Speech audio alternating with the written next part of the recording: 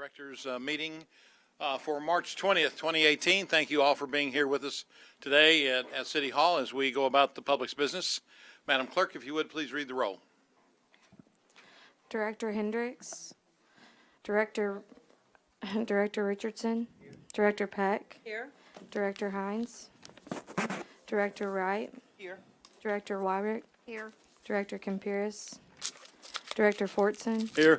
Director Adcock, Vice Mayor Webb, Here. Mayor Shadola. Here. Let me call on City Director Gene Fortson for our invocation, please. I'll get you on. Thank you, Mayor. Will you join me in prayer? Our God, we are thankful for this day and for the wonderful season of the year. We are grateful for the opportunity to live in a free country and to participate in debating the future of free men, free citizens everywhere. We ask your wisdom and guidance tonight as we make decisions facing our city. Help us to make wise decisions. We also ask your protection and guidance for our first responders and all other city employees as they go about their duties.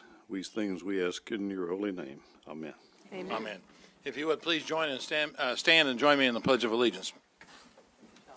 I pledge allegiance to the flag of the United States of America and to the republic for which it stands, one nation, under God, indivisible, with liberty and justice for all.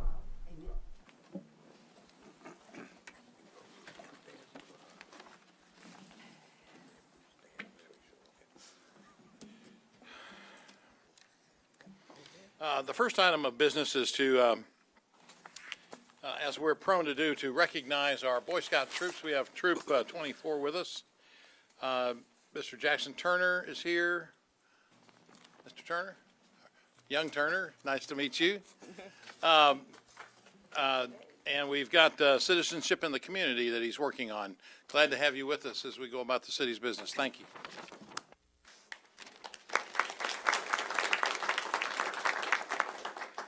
We can now move on to our presentations. We have a couple of retirement recognitions to make. Let me call on City Manager Bruce Moore for that event. Thank you. Bruce? Thank you, Mayor, members of the board. We have two long-term city employees retiring tonight that we're honoring. The first is Officer Michael Ted Atkins. Officer Atkins has about 33 years of service. His awards and honors include Officer of the Year, Life Saving Award. He's also Officer of the Month. His favorite memory working for the city is working in the Detective Division on the 11 p.m. to 7 o'clock watch with Sergeant Bruce Maxwell and retired Officer David Smith. Officer Atkins' plans for retirement include getting into politics. So at this point, let me ask Chief Buckner to come forward. You knew it's me. I know. Mayor, Vice Mayor, Board, Mr. Carpenter, it was not my advice that he get into politics, no offense to you all. But this is a good man. There's one thing that I want to highlight about him in addition to his career with the police department. That is certainly noble. One of the questions that I'm commonly asked in this venue is about our residency and the number of officers that we have. This is a homegrown 12th Street corridor young man who has served his city. And I think that deserves to be highlighted because we don't have enough officers, obviously, that live in our city, and I'm aware of that, and we're certainly working on things to try to change that. But he's a homegrown guy that served his city. We greatly appreciate him. He's a very outspoken guy, one of our senior officers, has done a great job of working in our city, and he will certainly be missed in our city with the police department.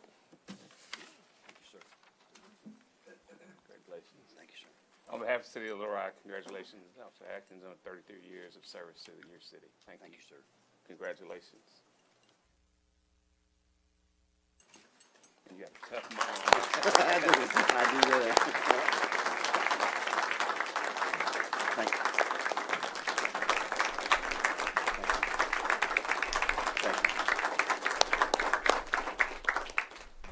I'll keep mine short and sweet and to the point because looks like you'll have a major agenda. I want to thank y'all for recognizing me. I've enjoyed working for the City of Little Rock Police Department. I started off when I was 19 years old at the Little Rock Police Department after I graduated from Little Rock Central High School. with Kenneth Richardson. We went to school together, played sports together, and enjoyed it. You see where his politics have gotten him. And that's my mom, yeah. I enjoyed it. The main thing I took to heart was working for the citizens of the Little Rock, because one thing, it not only kept my family safe, but kept my girls safe, and also kept you safe. It's one thing I took pride in, and the chief will tell you, I asked questions that would put him on the spot sometimes in our in-service school, but it's stuff that I had concerns about because of what I've seen throughout my career when I started off as 19. I'm 52 years old now and going to retire, and I enjoyed it, and I'm looking forward for my next journey. And I thank you, and good luck to everyone to make the proper decisions wherever your decisions are. Thank you.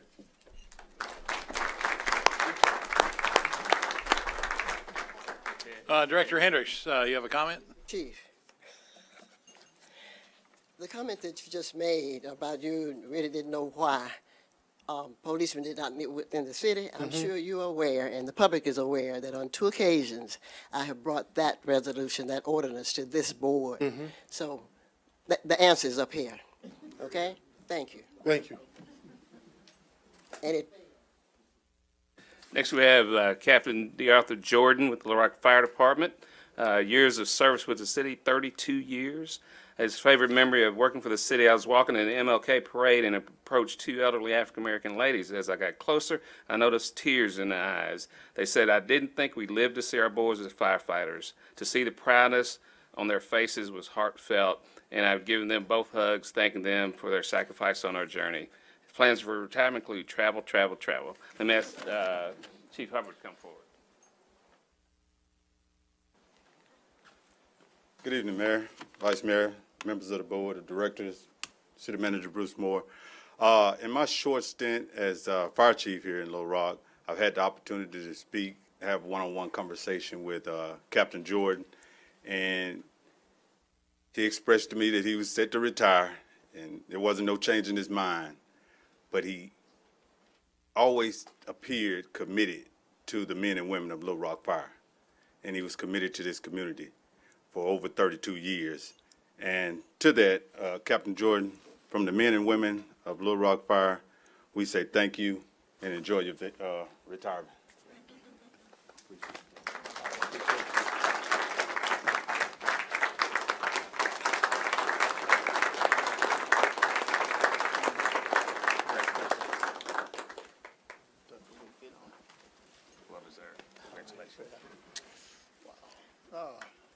I don't have a whole bunch to say. I appreciate the it's been an honor and a privilege to serve in the city and the citizens of this community. I always tried to do everything we could, especially for the community. And as you know, I'm sure you all are aware that all the work we did in the community is for us giving back. And I was president of an organization that did a lot of that in this community. So that was one of the biggest things that I enjoyed and I will miss. And I thank you all for this honor, and hope I have me a good second stage. Thank you all. All right. Thank you, Captain. There's a few people who wish to make a comment. Director Hendricks? it's to the captain coming. I got here early, and I kept looking throughout the audience, and I know he was smiling at me, and I sort of cut it off, but I'm so accustomed to seeing you in that uniform. So good luck and have a good time being retired. All right, thank We'll you. miss you. Miss you all. Above all.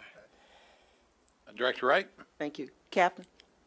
Now, you know I had to say something. How you doing? Yeah.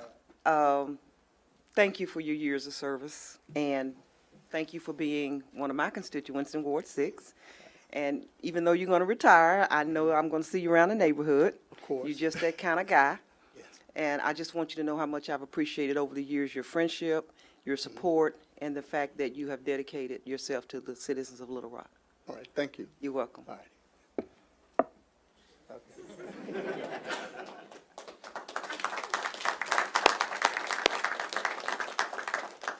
Well, good luck to both of you. We wish you the best of success, wherever that takes you.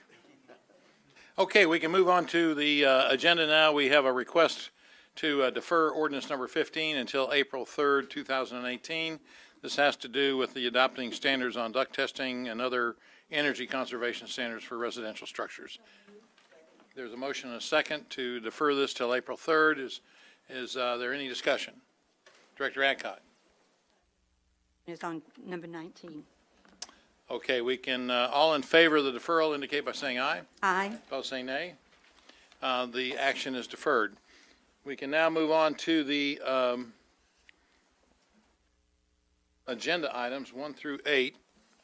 That's on the consent agenda. I do have a card on item 8, so Madam Clerk. Mayor, I would like to address item number 19. Okay, let me recognize Director Adcock for point of personal privilege. Go ahead. Yes, item number 19, which is a food truck on 8409 Gower Springs Road. The applicant was here. She became ill, and upon leaving, she asked Mr. Collins to please defer this item, and it could be deferred for 2 weeks. And I would like to. Is that your request? Yes, my request is to remove item 19 and defer it for 2 weeks. All right, there's a motion to defer item 19 until, I believe that would be the same date, is it not, the April 3rd? Yes. April 3rd date? There's a motion and a second. I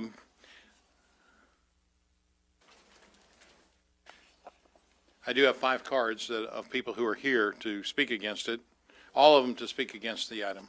That's why we wanted to bring it up in the beginning, so they wouldn't have to sit through the whole evening. Okay, so there's a motion and a second. Any further discussion on the motion to defer? Director Hendricks. I did not hear what was said about the reason. Director Adcock indicated that the applicant became ill Oh, and okay. asked to have it deferred. Makes a difference. I And agree. so she's asking to expedite it now rather than wait, so that the people Agreed. who are here to speak on it don't have to sit through the rest of our meeting. Okay? How do they feel about it? Well, there's a motion to defer in a second. Any further discussion? All in favor indicate by saying aye. Aye. Opposed, say nay. All right, thank you. The motion, item 19 is deferred, and thank you all for coming down. Apologize for that, but we'll see you on April 3rd, I suspect. Okay, we can now move on to the consent agenda, which is items 1 through 7. If the clerk would read those items, please.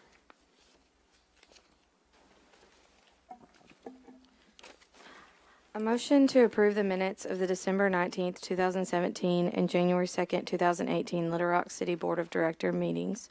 A resolution to authorize the city manager to enter into an agreement with Risk Management Resources in an amount not to exceed $72,000 to provide third-party administration services for the city's self-funded workers' compensation program and for other purposes. A resolution to authorize the city manager to enter into a contract with Musco Sports Lighting, LLC for the direct purchase of light structure systems and with Pilgrim Electric Service, Inc., in an amount not to exceed $671,092 for the installation of sports field lighting at certain city-owned sports fields to extend recreation into the night and for other purposes. A resolution to authorize the city manager to enter into a contract with Game Time in the total amount of $123,682.29 for the construction of a toddler playground in Riverfront Park and for other purposes. A resolution to authorize the city manager to approve an annual contract with Cranford Construction Company in the approximate amount of $130,000 for the purchase of asphaltic materials for the Public Works Department and for other purposes. A resolution to authorize the city manager to enter into a contract with Vehicle Service Group in an amount not to exceed $66,744.21 for the purchase of a rotary life system for the Fleet Services Department and for other purposes. A resolution to authorize the city manager to enter into a contract with Deere and Company in an amount not to exceed $74,294.56 for the purchase of 4 72-inch zero-turn mowers for the Parks and Recreation Department and for other purposes. Okay, we've had the reading of the resolutions. Are there any questions about any of these resolutions? There's a motion and a second to adopt the resolutions. All in favor indicate by saying aye. Aye. Opposed, saying nay. The resolutions are adopted. Madam Clerk, if you would now please read resolution number 8. A resolution to authorize the mayor and city clerk to execute documents to relinquish the interest of the city in a parking deck located at 7th and Scott Streets to Metro Center Improvement District Number 1 to accept the donation from Metro Center Improvement District Number 1 of a sculpture to remain within the city and to be placed initially on the grounds of the Arkansas Arts Center and for other purposes. There's a motion and a second. Okay, we have 2 cards. We have one for and one against. Let me call on Mr. Rakop.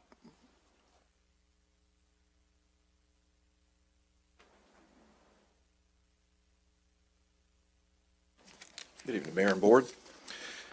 I'm speaking tonight in opposition of yet another bad financial deal for the citizens of Little Rock being perpetrated by Mayor Stodola, City Director Bruce Moore, with assistance from Director Compuris, all who have been working in secretive meetings and communications to undo plans made when Mayor Stodola was the city attorney. Back in 1984, the city purchased the land upon which a parking deck was constructed near 7th and Scott Streets. The Metro Center Improvement District was to pay the city rent for lease of the land upon which they built a parking deck, financed in part by issuance of bonds. According to David Mintz, the attorney for the Metro Center Improvement District, the parking deck and all assets of the district, including the knife edge sculpture, will be handed over to the city in 2025. For the mathematically challenged, that's in 7 years.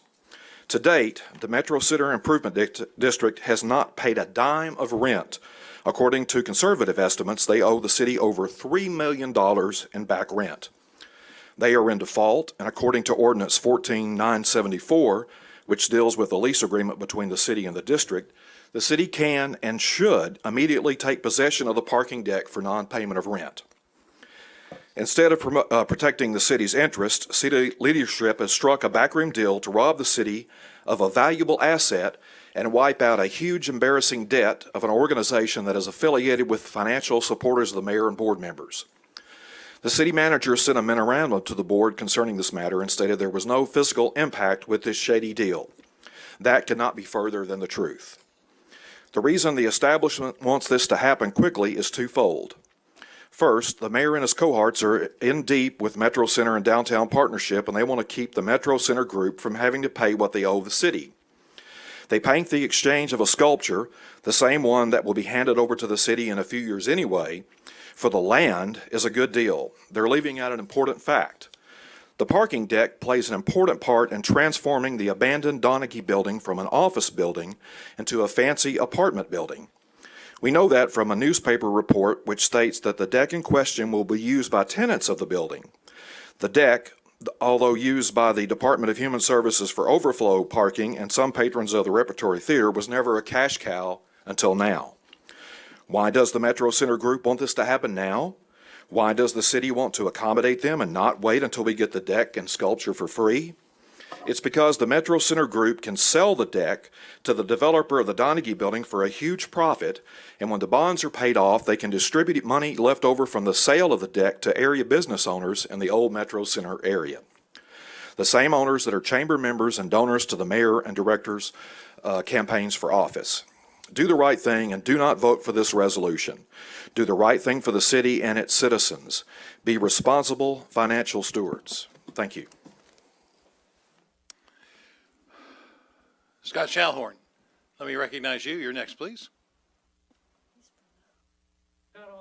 You're on item 11. Oh, excuse me.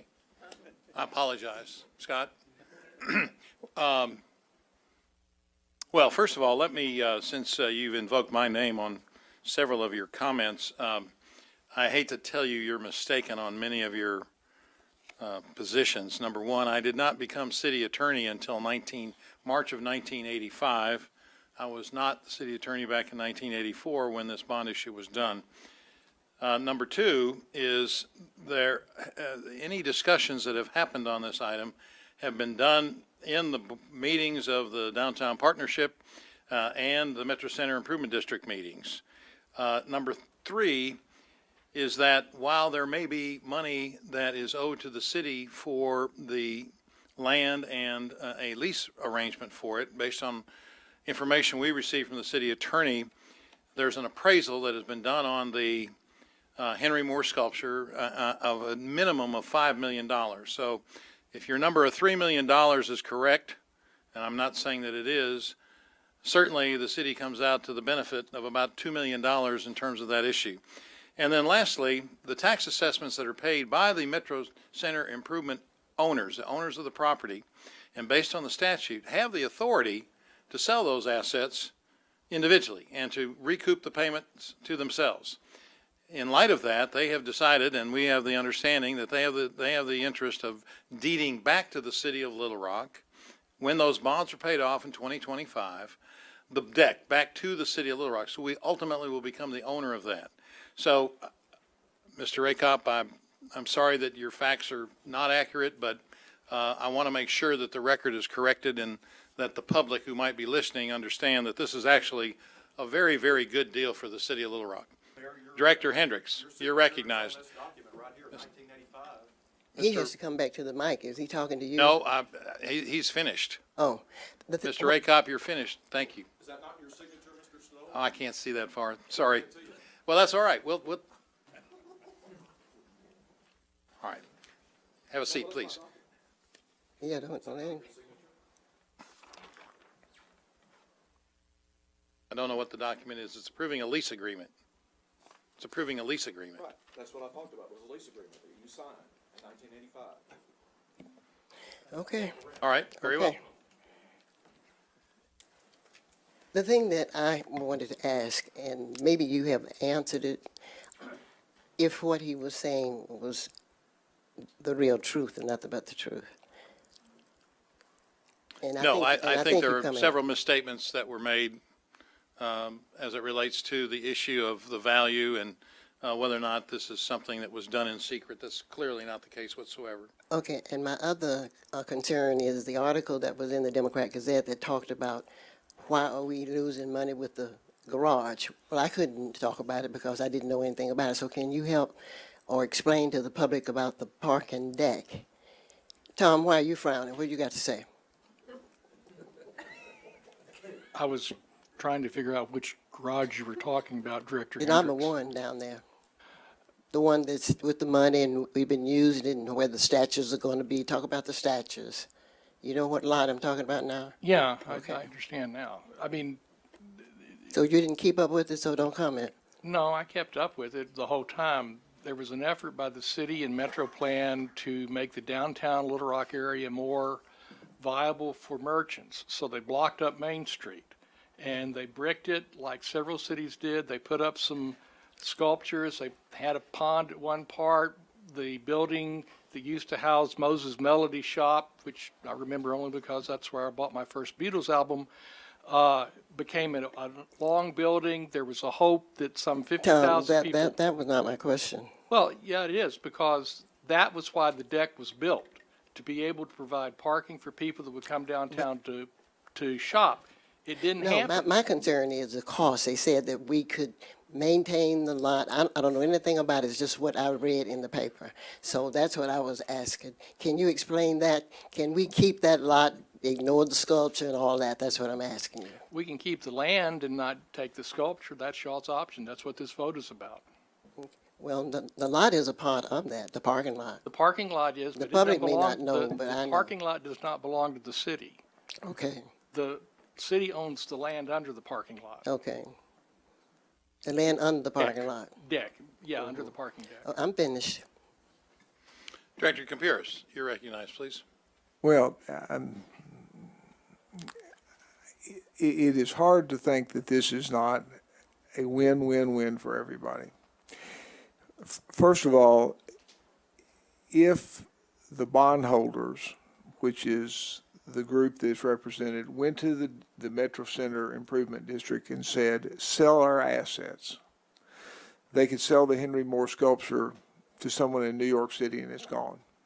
Tomorrow. Gone.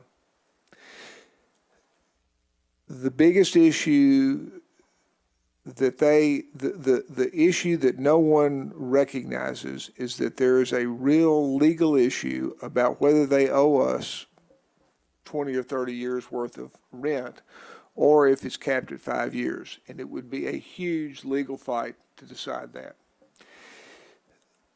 the people that are represented by that group have said, we have 5 or 6 more years on this bond issue to resolve this issue. And part of the resolution has been, as Scott can tell us, to lower the rate that they're paying. That in order to do that and not be bothered, they will pay the rate till the bonds are paid off. The bonds are paid off, it turns out, on a building in the River Market that is the only reason the district still is in existence. At the end of the time when it goes out, the city will own the land, they'll own the deck, they'll own the Henry Moore, and the people will not have any encumbrance and there won't be a lawsuit. So we get a deck, we get the land, and we get the Henry Moore, and what they get is they don't have to fight about this for the next 6 or 7 years, and they have a lower rate. So if that's not the best deal that ever happened, I don't know what is. And we ought to be thanking the people that own those bonds, that have been paying on those bonds, and not sitting up here saying that they're getting this great deal and then someone's getting a bath in this deal. Because the only people, I mean, this is one of those deals where everybody wins. They want out of this thing, we're letting them out. We're not going to have a big lawsuit on who owes what to whom over a long period of time. They've directly directed the Henry Moore to the Art Center so it can be the centerpiece of something in your district that'll look great. And it's a win for everybody. So I call the question, let's vote on this and move on. Well, the question's been called. Is there a second? I do have Vice Mayor Webb that wished to speak on it. Is there a second? All in favor indicate by saying aye on calling the question. Aye. Opposed saying nay. All right, the question's. There's a roll call request, Madam Clerk, on calling the question.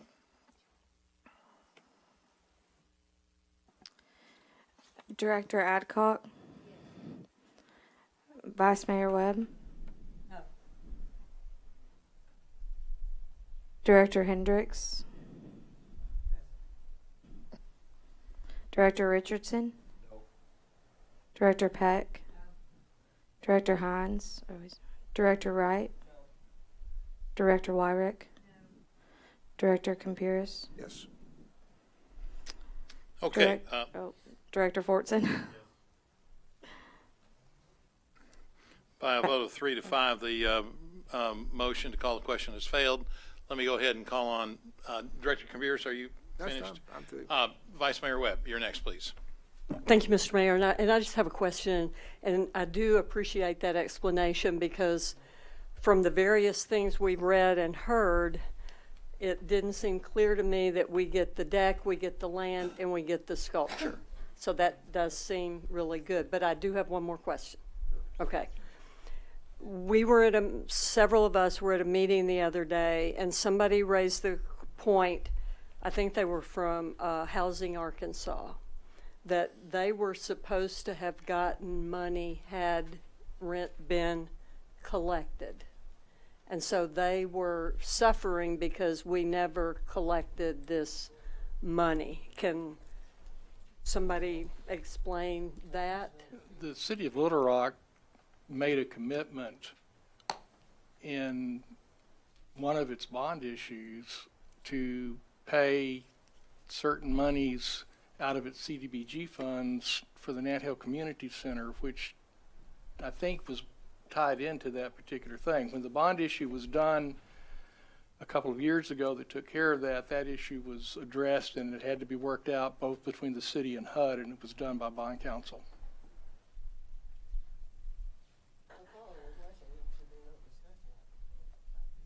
The question was called, but it failed, so the discussion's allowed. The vote on the motion to call the question failed, so discussion can continue. Right. So I'm not clear. So what, there was money then for the low-income housing? The city fulfilled all of its obligations towards the housing authority. Yes, ma'am. I can't sit here right now and tell you where they did it, which account it came out of, or anything of that nature, but that was done. Thank you. Director Hendricks, do you have another comment?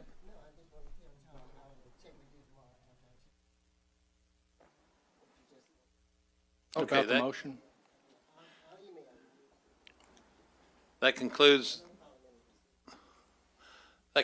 the discussion on the resolution.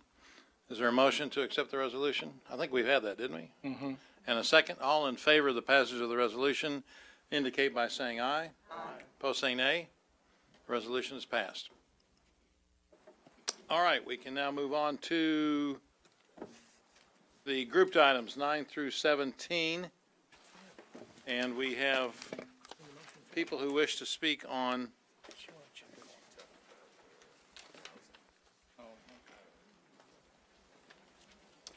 eleven and 14. 11 and 14. So if you'll hold those two, Madam Clerk, and let me ask for first reading of the ordinances. An ordinance to reclassify property located in the city of Little Rock, Arkansas, amending the official zoning map of the city of Little Rock, Arkansas, and for other purposes. An ordinance to approve a planned zoning development and establish a planned commercial district titled The Shops at Chenal Long Form PCD located on the southeast corner of Arkansas Systems Drive and Chenal Parkway, Little Rock, Arkansas, amending the official zoning map of the city of Little Rock, Arkansas, and for other purposes.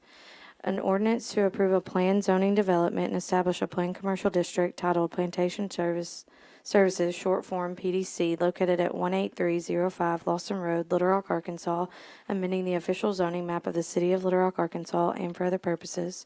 An ordinance to approve a planned zoning development and establish a planned commercial district titled Brown, short form PDC, located at 9203 Laurel Springs Road, Little Rock, Arkansas, amending the official zoning map of the city of Little Rock, Arkansas, and for other purposes. An ordinance to amend Little Rock, Arkansas Rev Code 2-242A and B, 1988, to increase the amount required before formal competitive bidding processes are required, to declare an emergency, and for other purposes. An ordinance to declare it impracticable and unfeasible to bid to award a maintenance agreement to Motorola Solutions, Inc. in the amount of $551,774.16, which provides maintenance for the city's 800 MHz radio system infrastructure, portable and mobile radios, to repeal ordinance number 20,158, to repeal resolution number 14,650, to declare an emergency, and for other purposes. It's the first reading of the ordinance. Is there a motion to suspend the rules? There's a motion and a second to suspend the rules and place these ordinances on second reading. All in favor indicate by saying aye. Aye. Opposed, say nay. Second reading, please. An ordinance to reclassify property located in the city of Little Rock, Arkansas, amending the official zoning map of the city of Little Rock, Arkansas, and for other purposes.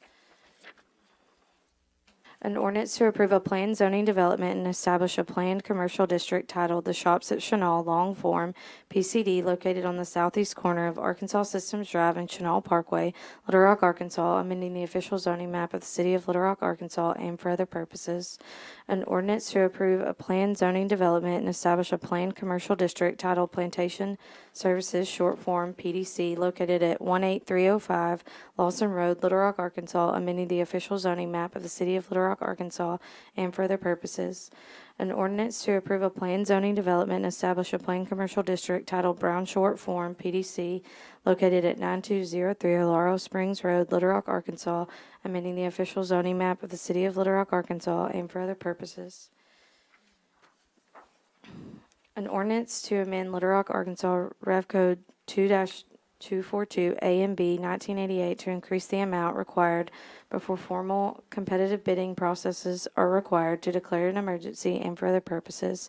An ordinance to declare it impractical and unfeasible to bid to award a maintenance agreement to Motorola Solutions, Inc. in the amount of $551,774.16, which provides maintenance for the city's 800 MHz radio system infrastructure, portable and mobile radios, to repeal ordinance number 20,158, to repeal resolution number 14,650, to declare an emergency, and for other purposes.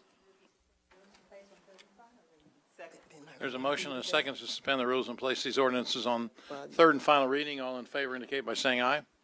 Opposed, say nay. Third and final reading, please.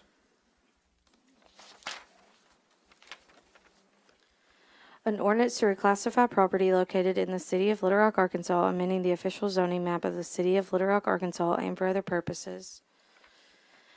An ordinance to approve a planned zoning development and establish a planned commercial district titled The Shops at Chenal Long Form PCD, located on the southeast corner of Arkansas Systems Drive and Chenal Parkway, Little Rock, Arkansas, amending the official zoning map of the city of Little Rock, Arkansas, and for other purposes. An ordinance to approve a planned zoning development and establish a planned commercial district titled Plantation Services, short form PDC, located at 18305 Lawson Road, Little Rock, Arkansas, amending the official zoning map of the city of Little Rock, Arkansas, and for other purposes. An ordinance to approve a planned zoning development and establish a planned commercial district titled Brown Short Form PDC, located at 9203 Hilaro Springs Road, Little Rock, Arkansas, amending the official zoning map of the city of Little Rock, Arkansas, and for other purposes. An ordinance to amend Little Rock, Arkansas Rev Code 2-242 A and B 1988 to increase the amount required before formal competitive bidding processes are required to declare an emergency and for other purposes. An ordinance to declare it impractical and unfeasible to bid an award maintenance agreement to Motorola Solutions, Inc. in the amount of $551,774.16, which provides maintenance for the city's 800 MHz radio system infrastructure, portable and mobile radios, to repeal ordinance number 20,158, to repeal resolution number 14,650, to declare an emergency and for other purposes. Okay, we've had the three readings of the ordinance. Are there any questions? Yes. Go ahead. Or on number 16, what are we increasing that competitive bid to before it's required? 50,000. 50, okay, thank you. Okay, if there are no other questions, all in favor of the passage of the ordinances indicate by saying aye. Aye. Opposed, say nay. The ordinances have passed. And on the emergency clause on ordinance number 16, all in favor indicate by saying aye. Aye. Opposed, say nay. That emergency clause is also passed. And on the emergency clause on item 17, all in favor of the passage of that emergency clause indicate by saying aye. Aye. Opposed, say nay. That emergency clause has likewise passed. Okay, we can now move on to first reading of ordinance number 11, please.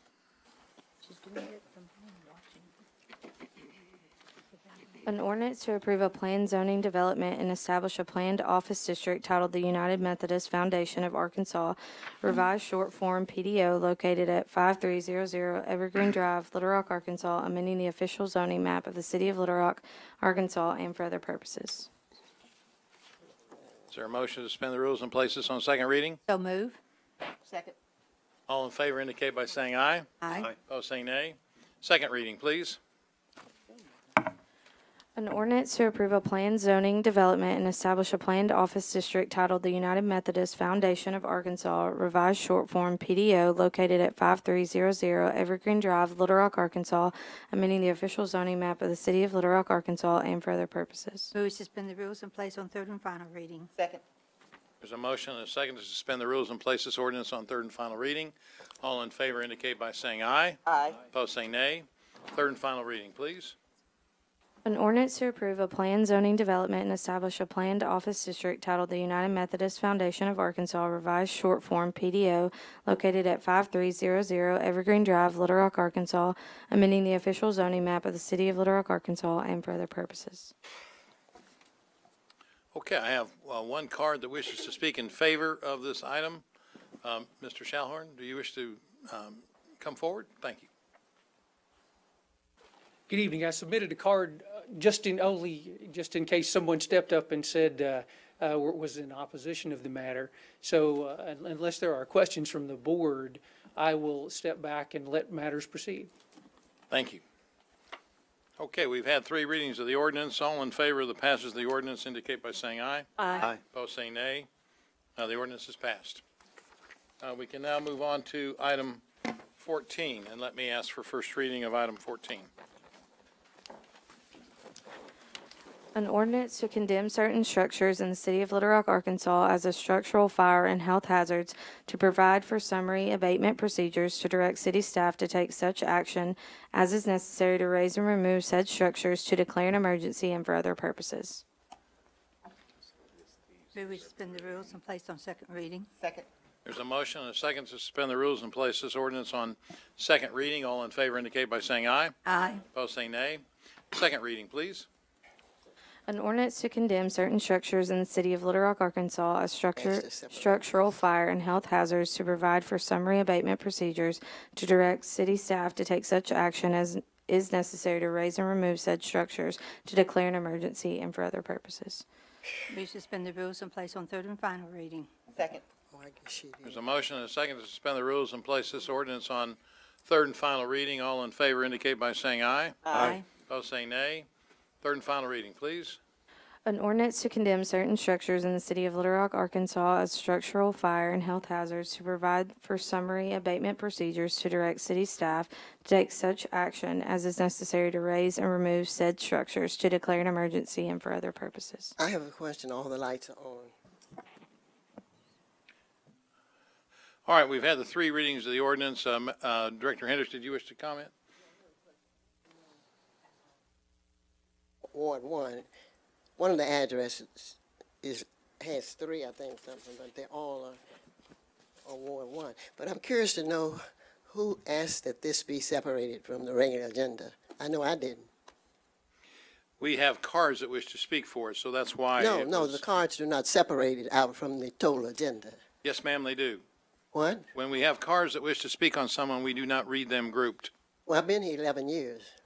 Well, Okay, so sorry, don't but that's run been no our game with policy me. for the 11 years you've been here. Okay, so that was your decision. I'm Is sorry, that what you're Director saying? Hendricks. When we have cards, I know that you're not telling me anything that I don't know. But normally, when something is deferred or pulled up separate, the board member usually asks. And I'm asking you, who suggested that? I'm not against that. no But board you're gonna member recognize asked to that have I'm it in separated. Ward 1. The procedure that this chair I and know other who did chairs it. have Go on used. with the Let me program. finish, please, if you don't mind.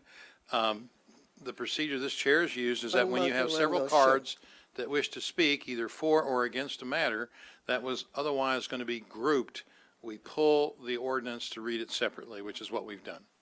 No, I disagree. Okay, so Okay. go on with the program. Because I've talked to the person that will be coming to the mic ever since early this morning. Okay? Go ahead. Director Richardson, you're recognized, please. Yes, Mayor. At a press event, you and I spoke about one of these items, I think the old gas station on 12th Street. I know, Bruce, I made reference last week about several attempts to secure brownfield assessment and cleanup funding in partnership with a couple of nonprofits to help address the underemployment in that area. I don't think I got quite a satisfactory answer to tell me what happened with that grant we're utilizing, the city's grant writer and nonprofit grant writer. And what's certainly unfortunate to me, Mayor, is all these properties are located in Ward 1. And just recently, Sunday night to be exact, a young lady and a young man were murdered in Ward 1, 121, 122. And just last night, a young woman, 25 years old, was carjacked by a couple of 14 and 15-year-olds. And one of the things that we know, that when you have a high concentration of underemployment, that equates to an increase in crime, as well as a certain percentage increase in vacant, abandoned buildings. You can equate that to a certain increase or percentage in crime or criminal activity in that area.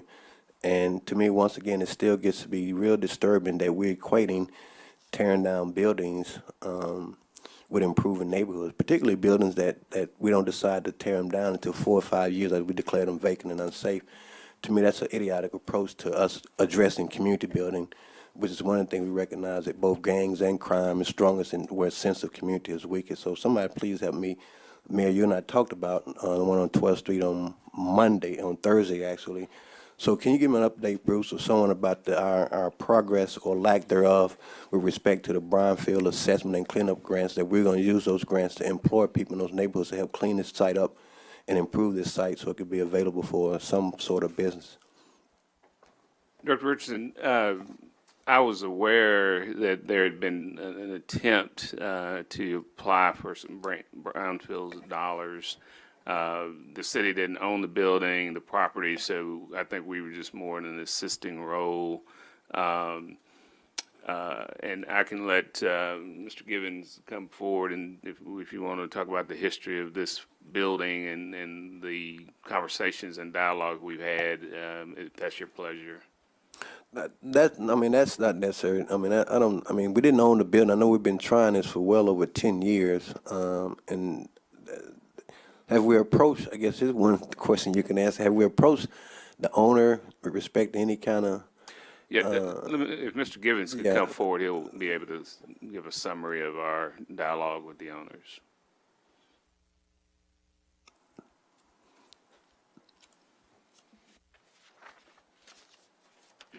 Director Richardson, Mayor and Board of Directors. This particular building, we started back in 2011 dealing with this building. And at that time, the owner come in and purchased a building permit to renovate the building to put in a convenience store.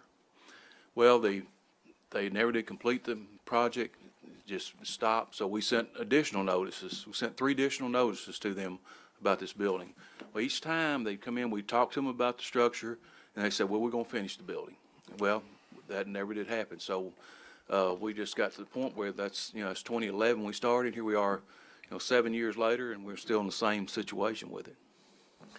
Well, thank you. I asked that question because that was part of our 12th Street efforts, and I think we adopted the 12th Street revitalization project in 2009. And I think one of the big pieces of that was looking at that as a major institutional anchor. And I don't remember what kind of building they were proposing, but I know whatever it was, it's going to require some brownfield assessment and cleanup dollars that were available at the state level or the county level, even, Mayor. So that kind of puts it in perspective for me right now. All right. Thank you, sir. Chuck? Yes, sir. Is it a concrete block building? Yes, sir, it is. I mean, it looks like it's pretty solid in that regard. Is that a fair assessment? Yes, sir, it is. And they did put a new roof on this building at the time and did some improvements on the inside. But as you can tell, it's just sat there vacant.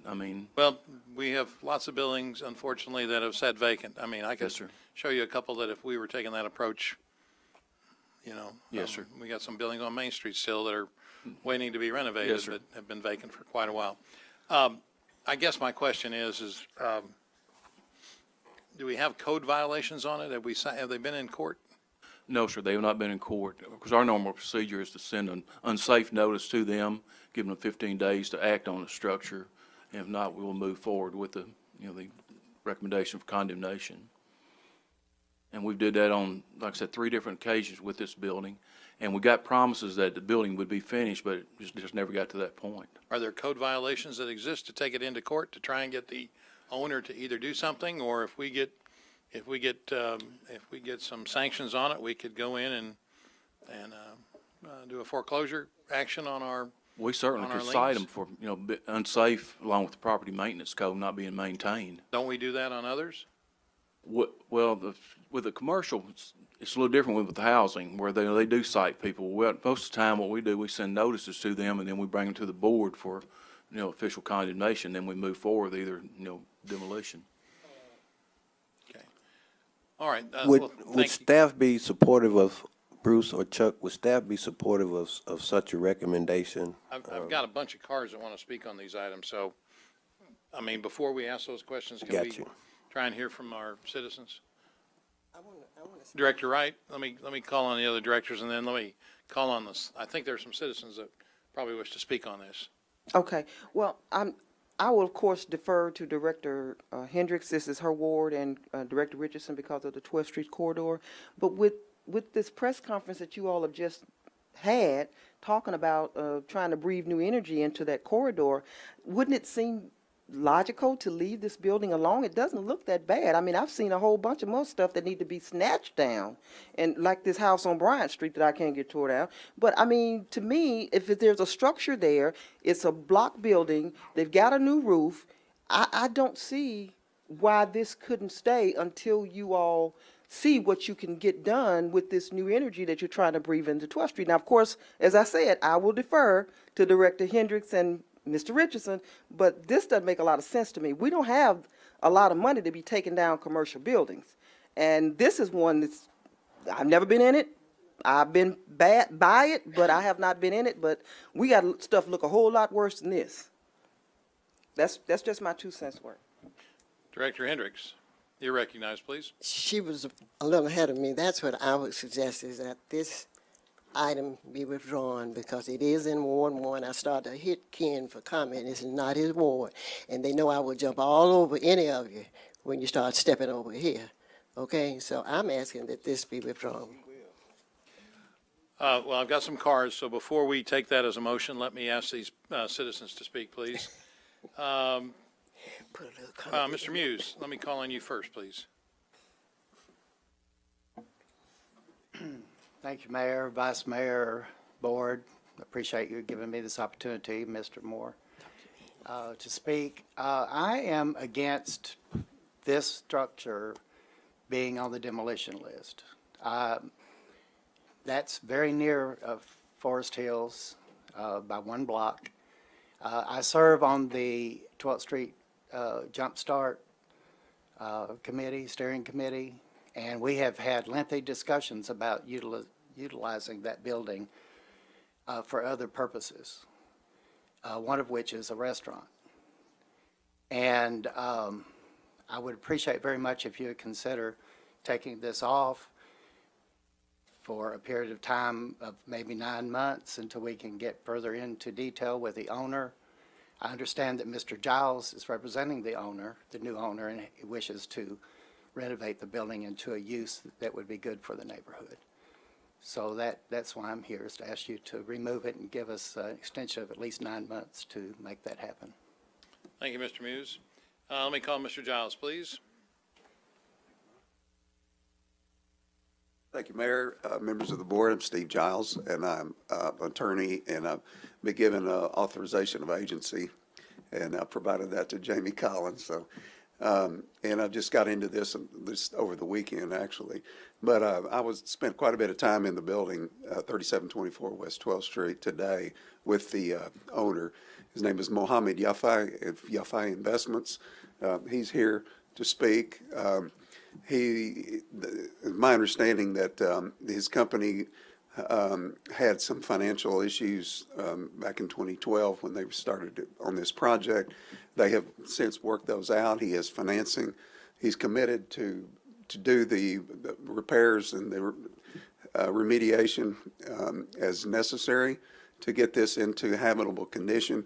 And first thing I told him today, I said, get that outside cleaned up, because it's right across the street from the Neighborhood Resource Center. And they said, okay, yes, we'll do that. We'll do that. We'll get it secured, keep people out. We went inside the building today, and people have been opening those sliding doors and throwing trash and debris, and it was pretty bad. But actually, structurally, it's in very good shape. There's steel beams, concrete floors, concrete block walls, I mean, it's a prime candidate for rehabilitation. It just takes a commitment to do it. And my client has told me he's ready, willing, and able to go forward with this. And they have other properties that they had been working on, but they kind of focused now on this piece of property because they know the importance of it. I mean, we heard you tonight about how important the renovation of 12th Street in this district is, and we don't want any more vacant lots. We need structures that are income producing and habitable. So if you could, and I appreciate Ron supporting this, and we'll be working with city staff. I've talked to Jamie Collins, talked to Chuck Givens, and I think everybody in this, and surely you all don't want another vacant structure torn down. Certainly, this is an opportunity if you could just give us time. And Doris is right that it's not unsafe, because the first thing they're going to do is clean the outside of the property and secure the building so there's no unlawful entry. And then they'll just deal with it at a time. And they'll make reports to Mr. Givens about progress so that there's visible, real progress going forward. I mean, that's all that can happen to this building, really. All right, thank you, Mr. Giles. Yeah. Are there questions for Mr. Giles? Ms. Hendricks? Talk to me out in the hall. Yes, ma'am. We'll let them know that. Yes, I talked with Doris. Actually, I just really got engaged yesterday on this, so, it's of great interest to me. And I talked to Irma in the hallway because I know it's in Ward 1. And not call me no Irma. I will talk to you all individually. You know, Okay. I enjoy doing that, so I just hadn't had time to do it. Director Adcock, you're recognized. Mr. Giles, how many square feet is this building? You know, Director Adcock, I'm not even sure. It's there's a big open space inside that used to be, it was a garage. And so it is high ceilings. Do you know, Mo? 2,500 square feet. I was wondering if it's big enough for a grocery store. Thank you. I Maybe it think could be added on that's to- in the There's plan. actually two This buildings is there, aren't there? Pardon me? Aren't there actually two buildings? Well, the garage, and Mo, correct me on this, the garage that's right behind it, is that part of your building too? Okay, and that's being occupied by somebody right now? Okay. Mechanic shop. And this is in the UU district, the urban use district, which gives a lot of flexibility and innovation to do things that are, allowed in UU, so. Okay. Director Richardson, you're recognized, please. Yes, Mayor. Steve, with respect to it being a UU, and I'm aware that the back part is an auto shop, have you guys looked at, or are we aware or work with staff at all, looked at the need for some kind of brownfield cleanup in that area? Is your client aware of that? Does he know? Because that's going to be a tremendous cost, and without any kind of financial aid, either via grant or a foundation, this is going to be a humongous cost to get this building habitable for a grocery store or a convenience store or a pizzeria. But it's a lot of work that goes into that. And we do know, I mean, it's, the part that I mentioned 3 minutes earlier, that homicide Sunday night occurred about 7 blocks away from this location. Something needs to be done with this, and we'll be willing to work with you, we meaning the city staff and the mayor, of course. The mayor and I talked about this, and several board members. You hear, Steve, more than willing to help invest in this, but this is the kind of investment that we need to have in certain parts of our community that, unfortunately, for some reason, have not received the due notice or due attention or due resources in this area. I want them to know that this is going to be a tremendous amount of resources going to take to bring this up to a part where it can be a business that you can operate, that can be safe and secure, and we're dealing with all the hazardous stuff. So I'll speak with you shortly after Steve finishes his presentation. Thank you, Director Richardson, and that's another one of the first things I mentioned to him when I saw the property and met with him there, that this is going to take a big effort, and they're willing to undertake it, and all we're asking for is time to really do some kind of productive plan and real progress to go forward. And I can't promise you that it's going to get done, but I really appreciate the board having some understanding about this, because it'll be a good project. It's a good building. Absolutely. Thank you. Director Hendricks, you're recognized, please. I don't know if I need to ask this question, but listen at Mr. Richardson. He's saying what it's going to cost, but at the same time, he wants to defer this. What do you say? And I noticed your expression too. So my question to Mr. Richardson, you were talking about the cost. Does that matter, or do we want to really defer this and give him some time? How much time are we talking about? 6 months? Well,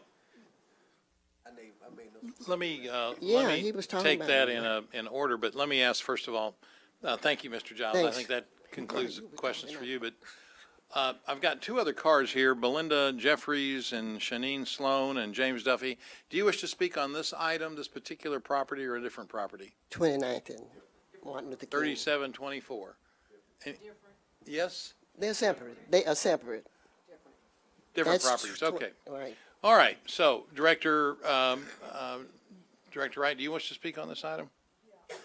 I know that you all are implementing this plan on 12th Street, and wouldn't it seem like you want to give enough time to get that off the ground and see what energy and where you can go with this? So I'm thinking longer than 6 months. That's not gonna, I mean, if he can go ahead and get something done in the interim, that's fine, but I'm just saying, it just doesn't seem like you would want to be taking down a structure that could benefit the corridor in we're just putting- by we're putting saying it 3 on. months. We're you know. putting it on. Yeah. Okay, Good thing. all right. Thank you, Director Wright. All right, is there a motion to remove this from the condemnation ordinance? All right, there's a motion and a second. Any discussion on the motion?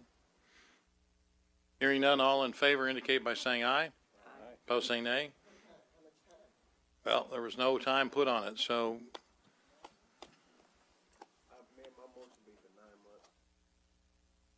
There's a motion and a second to bring this back. I'm going to take that as a motion to bring it back in 9 months for a report. There's a motion and a second. Any discussion on the motion? All in favor indicate by saying aye. Opposed, say nay. All right, 9 months, and work closely with our staff. That obviously means coming up with a plan and a financing plan and moving forward on it. Certainly any paint you put on the outside of it to give it a little bit more uniform look would be helpful to the neighborhood immediately. Thank you.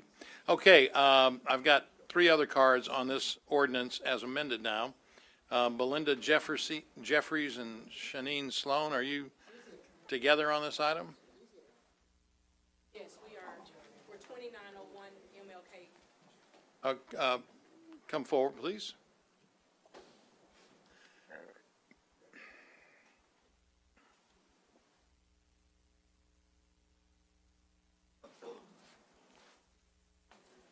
If you'd identify yourselves. Yes, I'm Shanine Sloan, and this is Belinda Jeffries. And we are in regards to property 2901 MLK. So to the mayor and to the board, we appreciate your consideration. We are asking for an extension of time for this particular property to be put on a list for consideration for condemnation. We are representatives of a trust who owns this property. The trust also owns a different property that is currently pending for sale, and so we anticipate having funds available that will help us to fix up the Martin Luther King property. Currently, we have it listed for sale, and it's been on the market since, I think, September of 2016, but we have not received any offers on it currently. And because of the lack of funds in this trust, we were asking for additional time. This particular matter is before the court in a probate and trust administration matter. So we have an order from the court in the 12th district asking us to sell as is. And so that's what we've been trying to do for the last year and a half. But due to some issues with some homeless individuals getting into the property, we did have to board up the property. So it is doubly boarded at this point and secure. And so what we're doing is just asking for additional time so that we can either sell the property, petition the court to auction the property, or if we're able to obtain enough funds, fix up that property at that time. And thank you, Ms. Sloan. Director Hendricks, you're recognized, please. Mayor, do we have any neighborhood people or anybody that's opposed to this? I see some new faces in the audience. I don't know whether they filled out a card or not.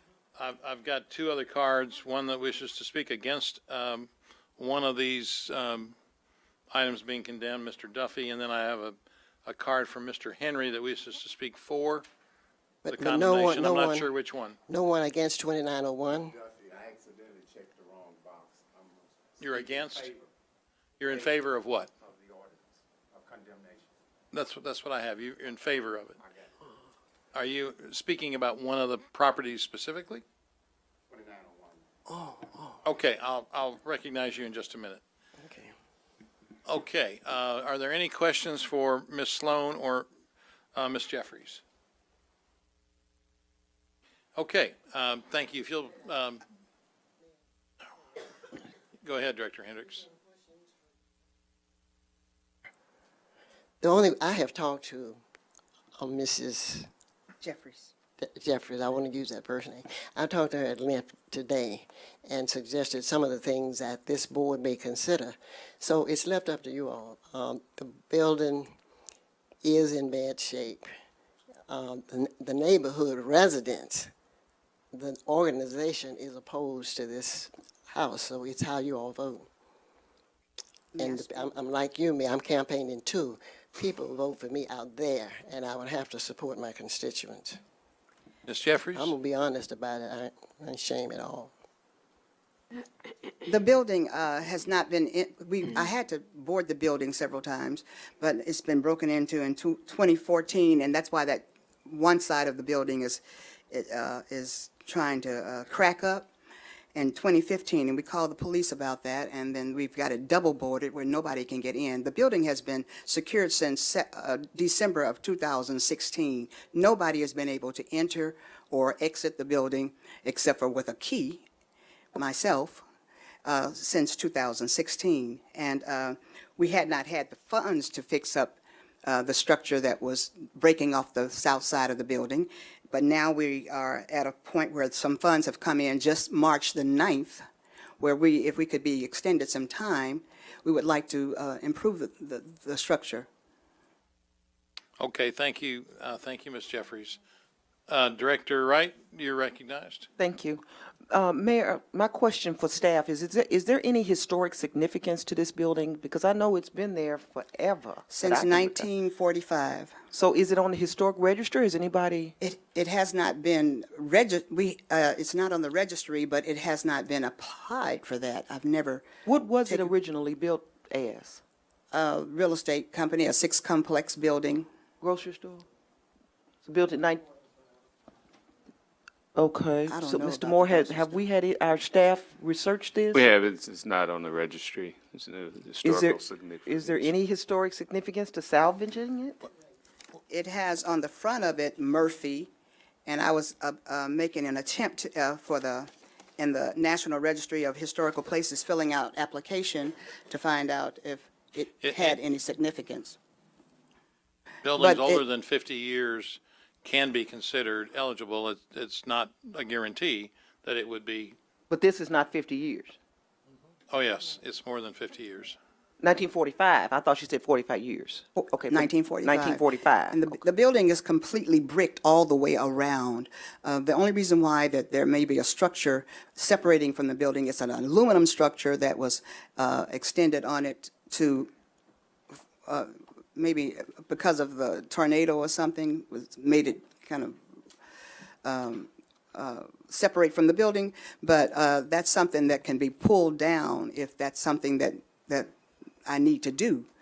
But previously, I've only been told to just board up the building, and I have done that and boarded, and it's still boarded as of yesterday. And I have a key to the front iron doors to get inside the building. It's very solid when you get inside of the building. There are hardwood floors upstairs, and nothing is leaking or sagging upstairs. It's a 2-story building. So you don't plan to do anything with it, you just want to sell it? We are trying to sell the building right now. We didn't have any money in the state before, after my parents died. My daddy owned this building since 1967, Andrew Jeffries Realty in Bell Bunding. And so I was trying to sell the building for the estate and get funds for someone to. And you've had no interest? We've had little interest. We've had some, and some people have walked through the building, and some people are interested in using it as a women's home or something. What they could do is, it's a 6-complex building, so it has apartments, 3 on the top and 3 on the bottom. And one of the apartments on the bottom was my dad's office. Another apartment on the bottom was a funeral home. It has not been unoccupied until September 1 of 2016. Okay. All right, thank you. Director Adcock, you're recognized, please. Yes. Was this an apartment building or was it a commercial building? It was a commercial building that my father bought many years ago, and on one side it was his office, and the other side he had There are two apartments downstairs beside his apartment, his office, and 3 apartments upstairs. And it has been used in several ways, like upstairs was used as a beauty shop one time. Downstairs was used as a funeral home, and it stayed that way until September of 2016. Not a funeral home, but an office for a funeral person. And then in the back was residential. Just a little extension of time so that since we have got some funds in to improve the building. And you say you just got those funds in March 9th? March 9th. We actually, it's a pending sale, but it's with the title company, so we have to schedule another closing date. But those funds, once they're available, we can petition the court for authority to spend funds to repair the property. Okay, well, I mean, we have, if you'll just have a seat, and I don't know if there'll be any follow-up questions, but we have one card that wishes to speak on this particular property, Mr. Henry. Is that right? Mr. Duffy, excuse me, wrong card. Honorable Mayor Stoller, Vice Mayor Webb, board members, thank you for the opportunity to speak. Again, I'm James Duffy. I am the chairman of the trustee board and secretary of the deacon board of Greater Rosa Sharon Missionary Baptist Church at 2823 Dr. Martin Luther King Drive. We are just to the north of the building in question here, 2901 Dr. Martin Luther King Drive. I am speaking in favor of demolition of the building. On several occasions, women at our church after Bible study on Wednesday night in the past have encountered homeless people and have been approached by these persons, and they have kind of feared for their safety. Also, there have been children found playing on the steps leading to the porch. The steps are rotten, falling in, and also the porch. Also, children have been found playing on the stairway leading up to the second floor entrance, which these stairs are wooden and rotten and also falling in. City of Little Rock Plan and Development Summary Report dated July 26, 2016, under the location details states the following. The building has structural damage and is falling in, located on the south side of the building. Last year, this building caught fire, which further weakened the structure, which was already about to fall down. A warning notice from the City of Little Rock Department of Planning and Development dated September the 30th, 2016, referring to our August 2nd, 2016 inspection stated, our inspection found a dilapidated building that this department has determined to be unsafe, unsanitary, a fire hazard, and is detrimental to the public welfare of the citizens of Little Rock. We feel that this building needs to be demolished not only for the safety of the members of our church, but the safety of the children in our community. We feel that it is an attractive nuisance to the children in the neighborhood, and we feel that this building should be demolished. Okay, are there any questions for Mr. Duffy? Okay, we've got one other card that wishes to speak on this ordinance. Mr. Bo Henry? Mr. Henry? Any Mr. Henry? Okay. All right, that concludes the discussion on the ordinance as amended. Board members, any further discussion? Director Hendricks. I wanted to ask if staff has any comments about this building and whether it should stay or be repaired. Well, Director Henderson, let me answer that question. No, I'll have to answer that. Tell me the condition. What do you think about the condition? Oh, thanks, Bruce. Director Hendricks, as you're aware, any building can be fixed if you want to put enough money into it. And this particular building, the back of the building is a two-story addition that's separate kind of separate from the main building, and it definitely needs to be torn down right now because it's about to fail. And on the south side, you can see on this picture, the bricks above this door has failed. Some of the bricks have already fallen, as you can see to the right of that door. And as I said, the building, I feel it needs to be removed. Thank you. I asked you because, again, I said earlier, the neighborhood association has called me several times. They want it demolished. And again, it's campaign time, and I'm supporting my constituents. I agree with you. Yes, ma'am. Thank you.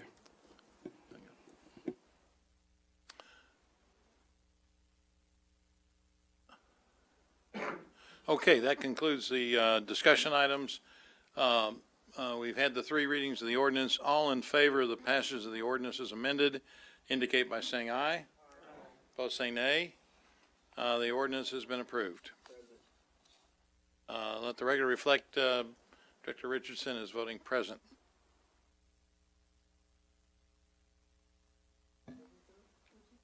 For the people in the audience, exactly what that means? Yes. What present means? No. What it means that this ordinance has passed, that it would be. That means that the two other structures that were subject to this ordinance have been officially condemned, and the city will go about to contract out to have those torn down. And a lien will be placed on the property for the cost of demolition. Pardon?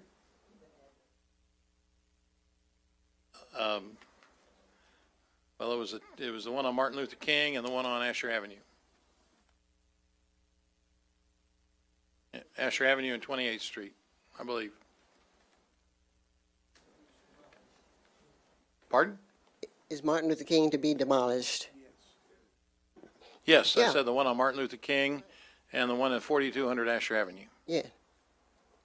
Those two have been officially condemned, and the city will go about to contract, issue a request for bid to demolish those two structures. The cost as allocated each one will be then a lien will be placed on the property by the city to ultimately, hopefully, be collected. Okay. Okay? Okay. All right. Thank you very much for your attention and time. All right. Let's see. We can now move on to, Hey, Mayor, emergency clause. the emergency clause on item 14. All in favor indicate by saying aye. Aye. Opposed, say nay. The emergency clause is also passed. Thank you. We can now move on to the public hearing items. Let me go ahead and open up the public hearing on resolution number 18 and ask for a reading of the resolution.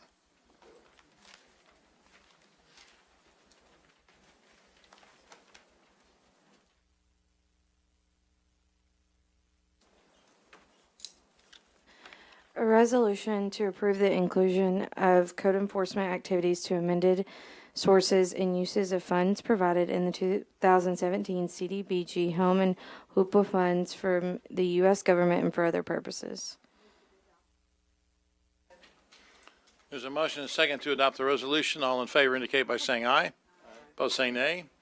The resolution is passed.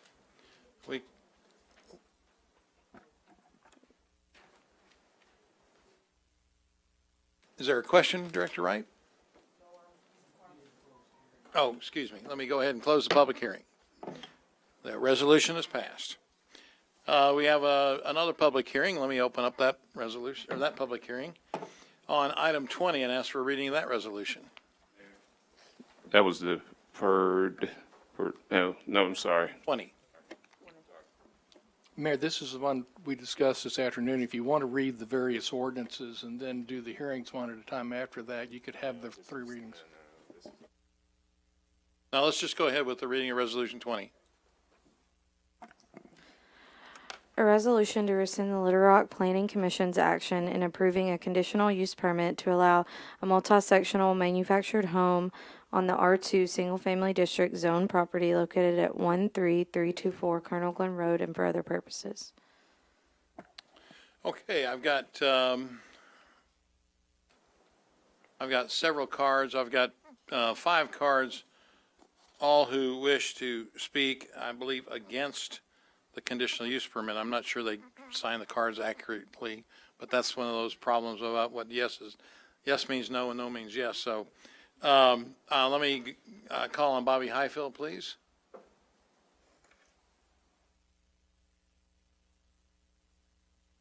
Thank you, Mr. Mayor, Vice Mayor, and City Manager. Let me give you these pictures.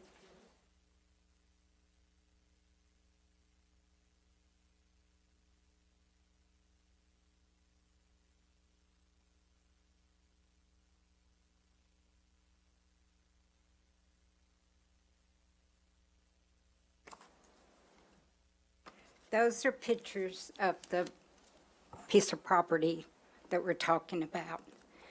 And the trailer that was there burned, and 2 people died in it.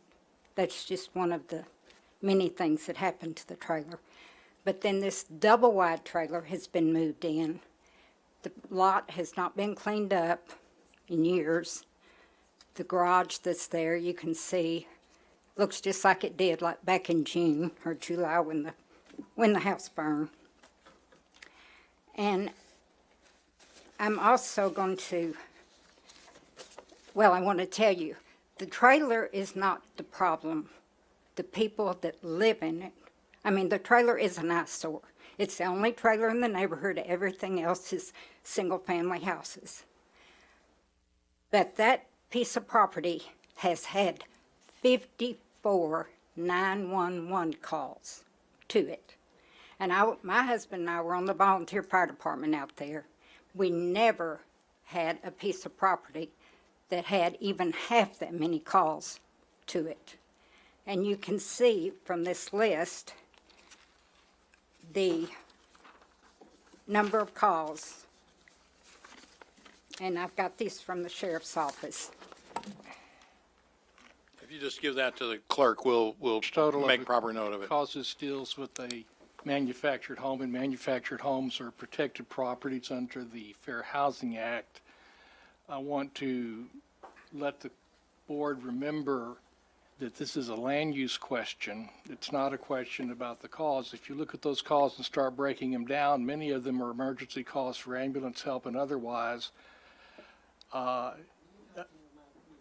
Many of the calls are for calls for assistance, for ambulance and otherwise, and that really doesn't determine whether or not a property is appropriate for this type of land use. And that is the only question that's before this board tonight. Ms. Highfield, we can't talk Yes, about those issues. okay. Just talk about the property The itself. property itself is never kept up. It's an eyesore. The last trailer that was there, the doors were always open. The yard was not kept. There was trash everywhere, and it lowers our property value. All us people that have lived out there for years have homes, and this is a rental piece of property that he doesn't make them take care of it, and we have to look at it. We have to put up with all the crime around it. And I don't even know if this double-wide trailer should be where there's a septic tank that was put in for a single trailer. Because I know with the single trailer he had, there were a bunch of people living in it at one time. And so, you know, the health department may even need to check to see if a double-wide trailer, you know, I don't know how many people you can put in it. You can put as many as you want, but if the septic tank doesn't take care of it, then we're going to have the stench to go with the tacky piece of property. And, Okay. Okay? Thank you, Ms. Highfield. Okay. There are other people who wish to speak against this. Yes, go ahead, Director Wyrick. Ms. Highfield, could I ask you a question, please, before you take your seat? I know you're almost there. Our staff continues to say that this mobile home is consistent with the rest of the neighborhood. Absolutely not. And they talk about there are mobile homes in the area. You can't see one where we live. Okay. He has multiple, he's got a mobile home trailer park, but it's miles down the road. There's not any other mobile homes anybody's living in on that stretch of Colonel Glenn Road at all. Okay, so what styles of homes are located along this street? Oh, there's some really big ones, nice ones, you know, cost thousands of dollars. There's, my husband and I built our home in 1980. It's one of the smaller homes. It held 3 kids and us.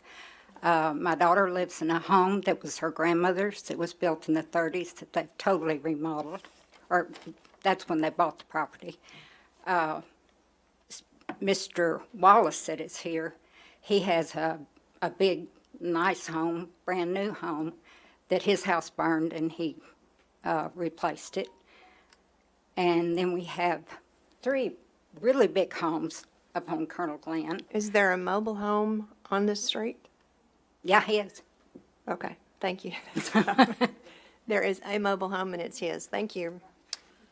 All right, Mr. Barry Beck.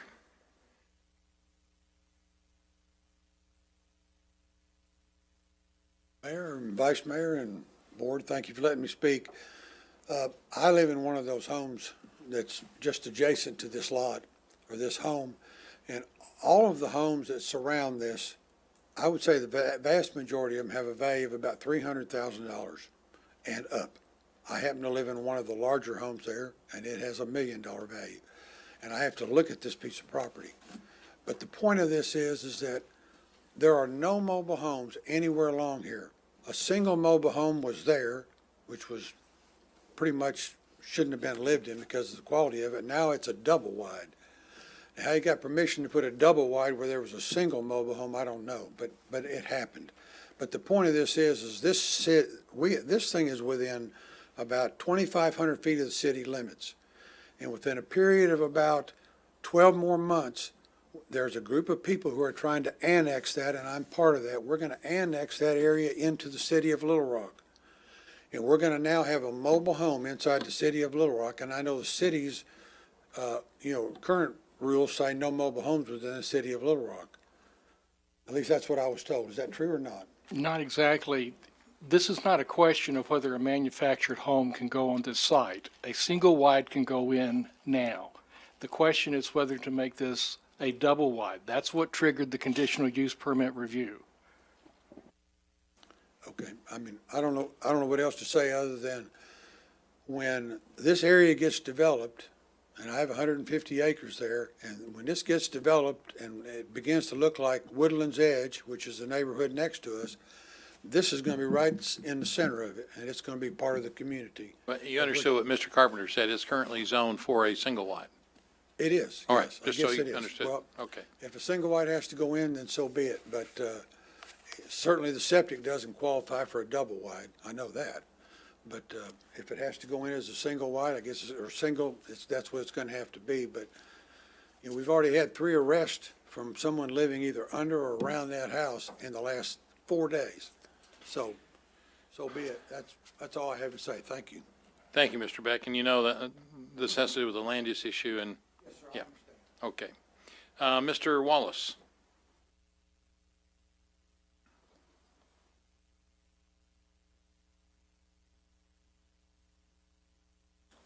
My name is Wendell Wallace. I live at 13502. It's in a rock throw of this trailer we're discussing. And I hope that we won't start a pattern of putting double wides up and down Colonel Glenn because, this is part of the future city, and I think it's an eyesore, and we appreciate that y'all consider the people that live there.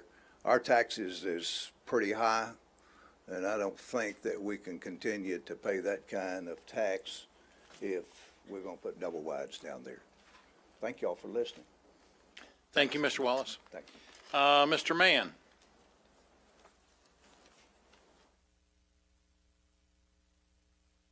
Is Mr. Stephen Mann here? All right, Mr. Ron Muse. You wish to speak on item 20? You signed a card. I don't need to now. All right. Is the applicant here? If you'd come forward, please.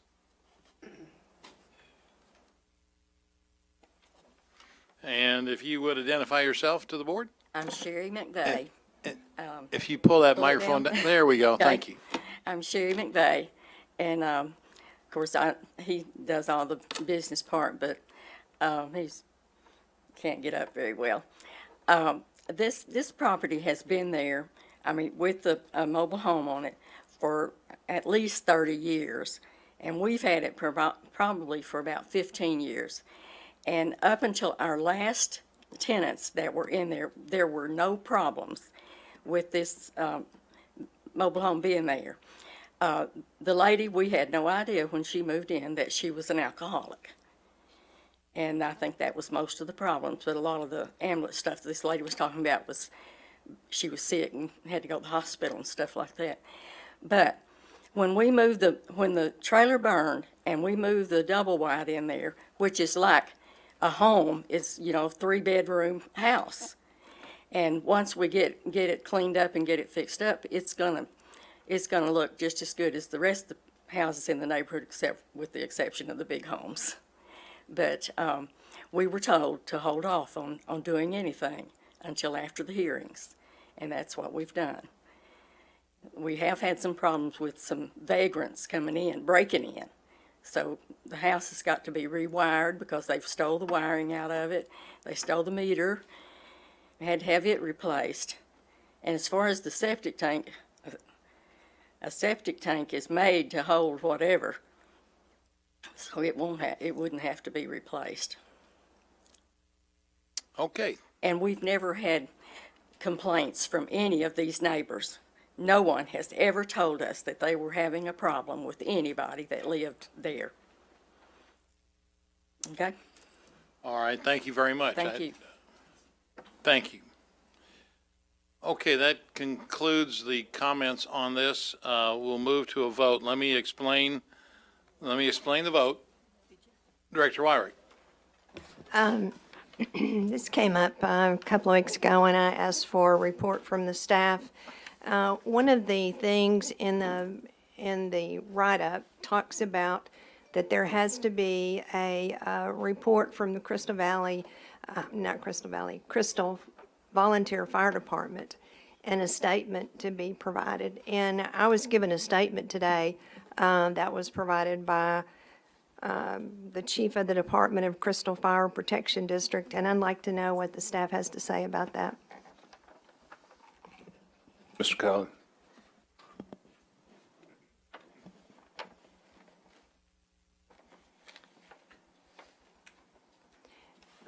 And it's my understanding that this approval is subject to getting a statement from this volunteer fire department.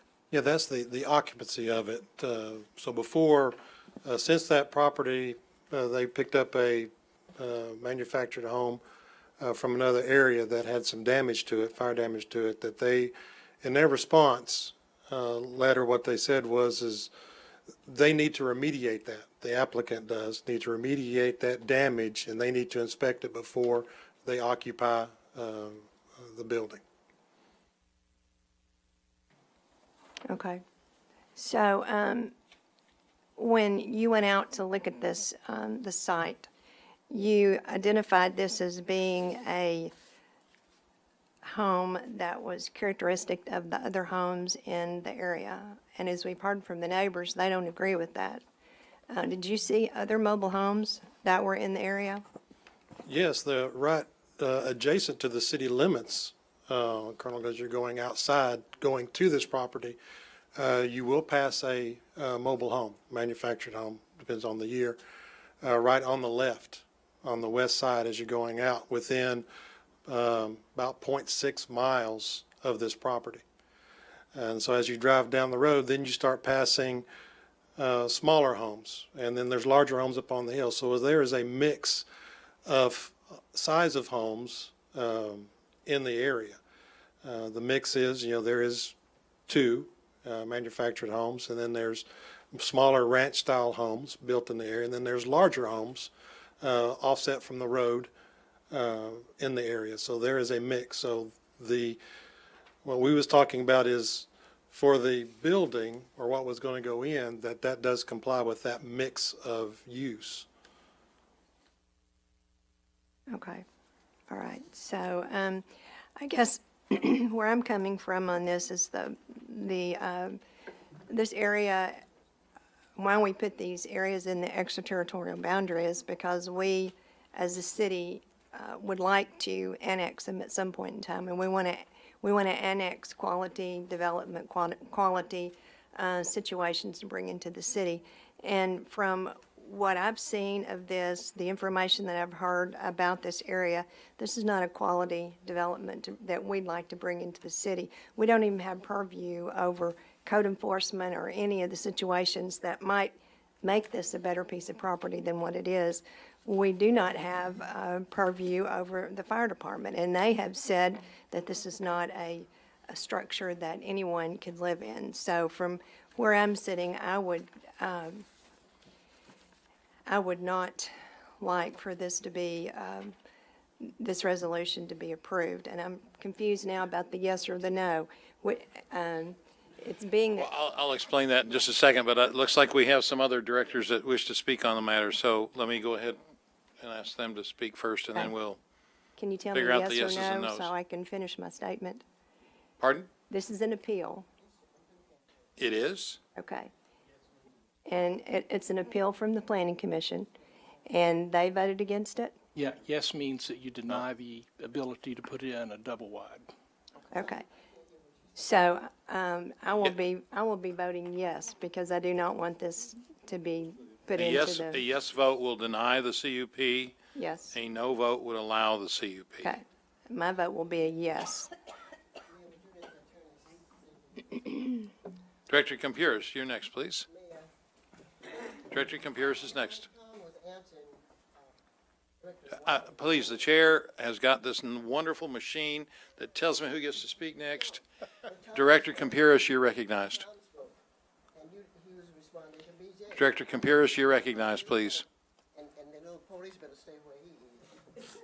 Yeah, I was responding. Director Campuris, please, you're recognized. Tom, I remember this. Tom, this is a land use issue, right? Yes, ma'am. Yes, sir. And it is by right, what's the right? Double wide, single wide, what?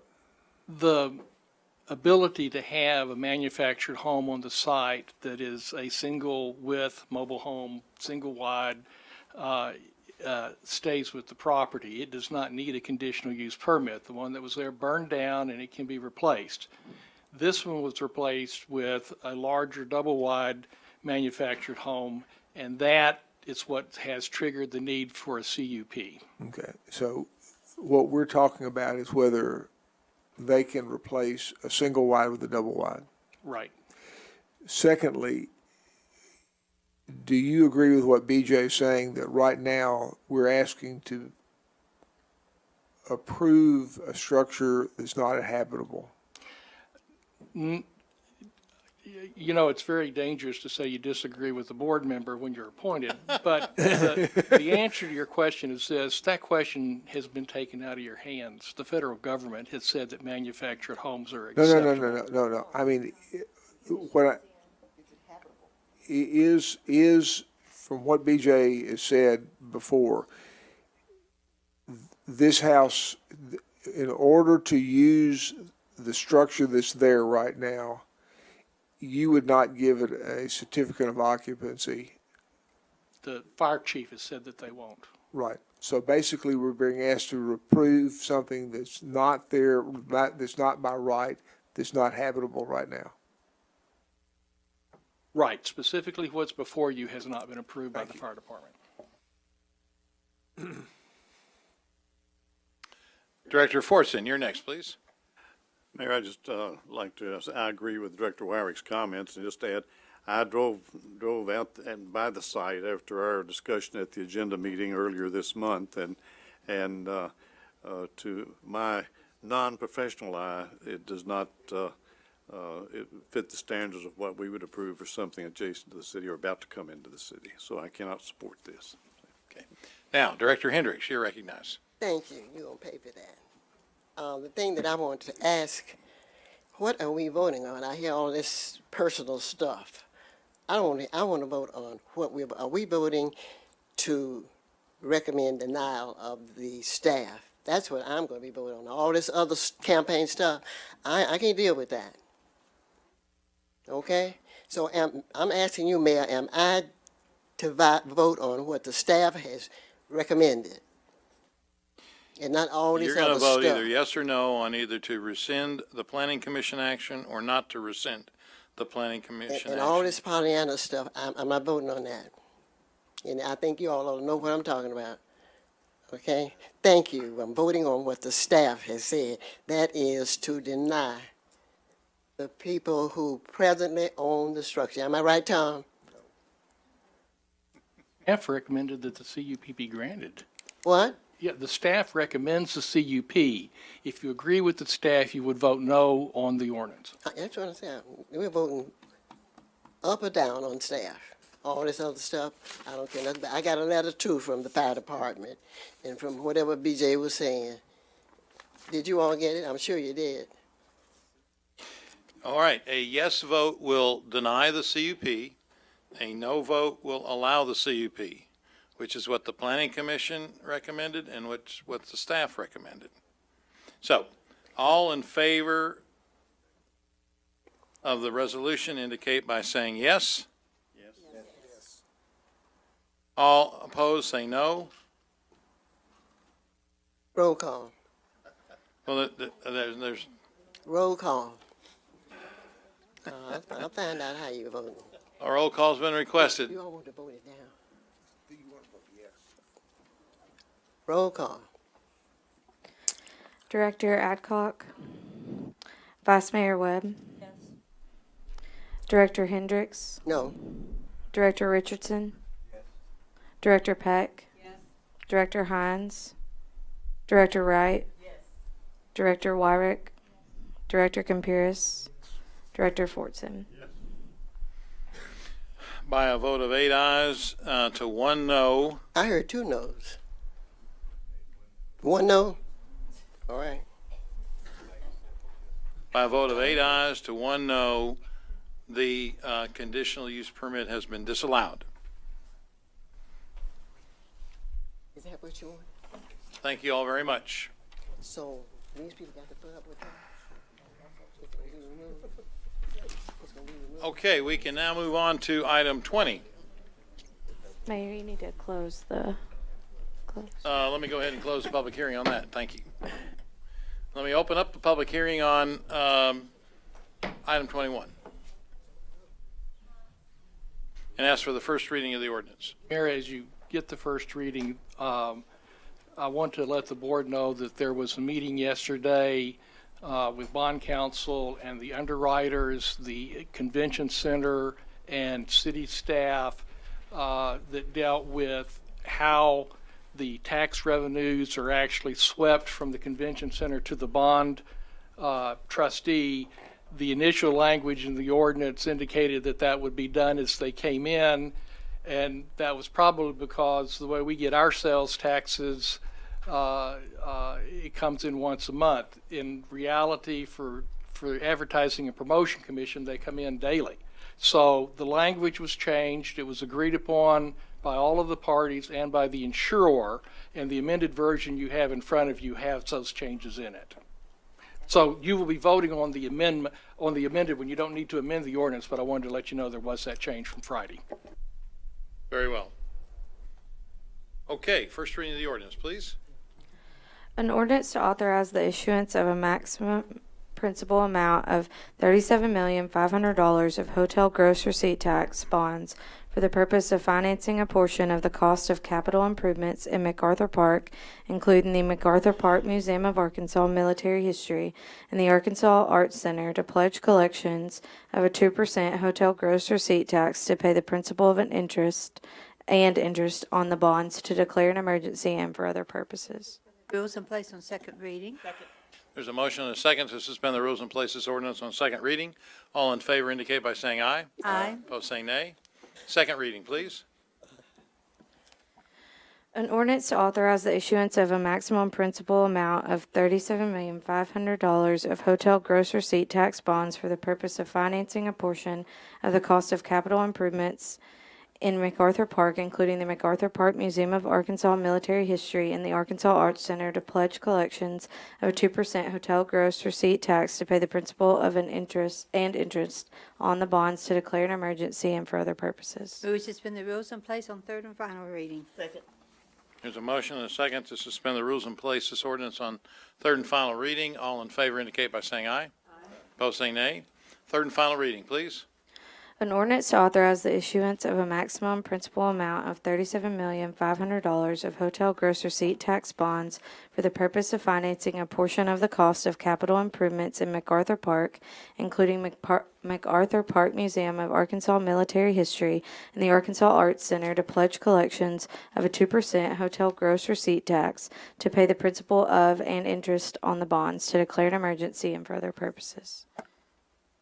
Okay, we've had the three readings of the ordinance. Director Hendricks. I think I have to wait, because I want to change my vote, so my light's on a little early, okay? All right, all in favor of the passage of ordinance number 21 indicate by saying aye. Aye. Opposed, say nay.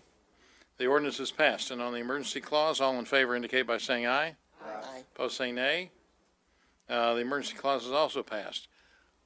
Director Hendricks, let me call on you for a point of personal privilege. Yes, I want the clerk to change my vote on the item 20 to yes.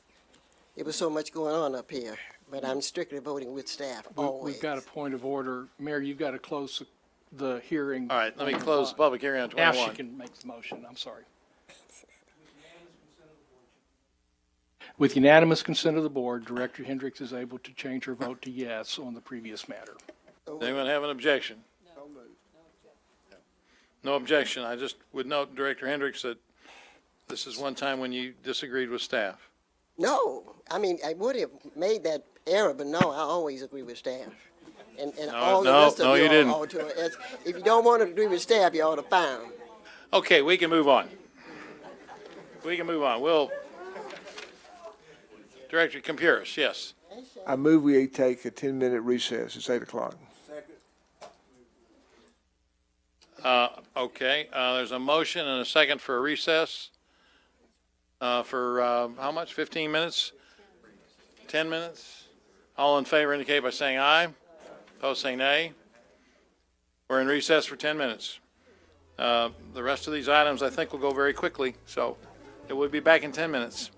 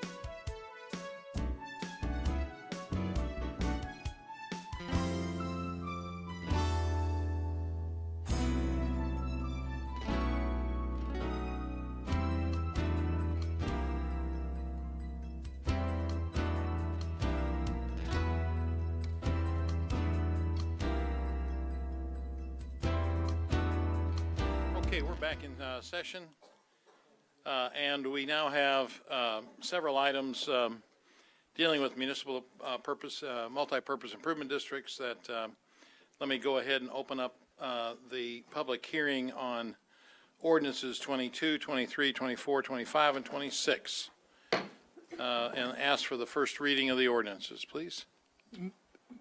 Mayor, I think what you need to do is do your three readings and then as each one comes up, open the hearing I'm for each going one. to ask for an individual one on each one.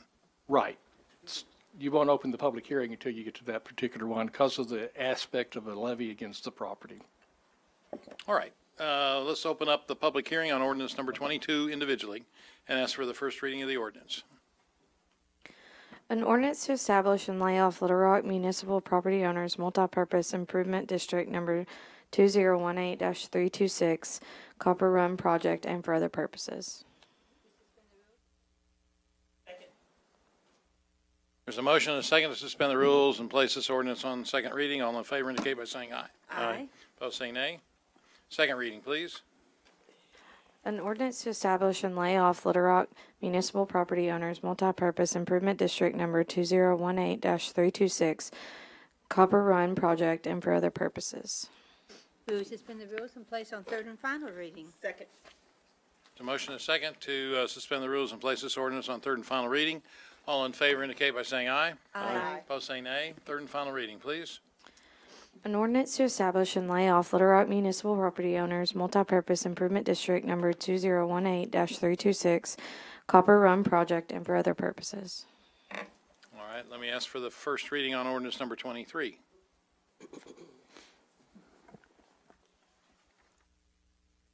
An ordinance to establish and lay off Little Rock Municipal Property Owners Multipurpose Improvement District Number 2018-327, Copper Run Recreational District, and for other purposes. Move to suspend the rules and place on second reading. Second. There's a motion and a second to suspend the rules and place this on second reading. All in favor indicate by saying aye. Aye. Opposed, saying nay. Second reading, please.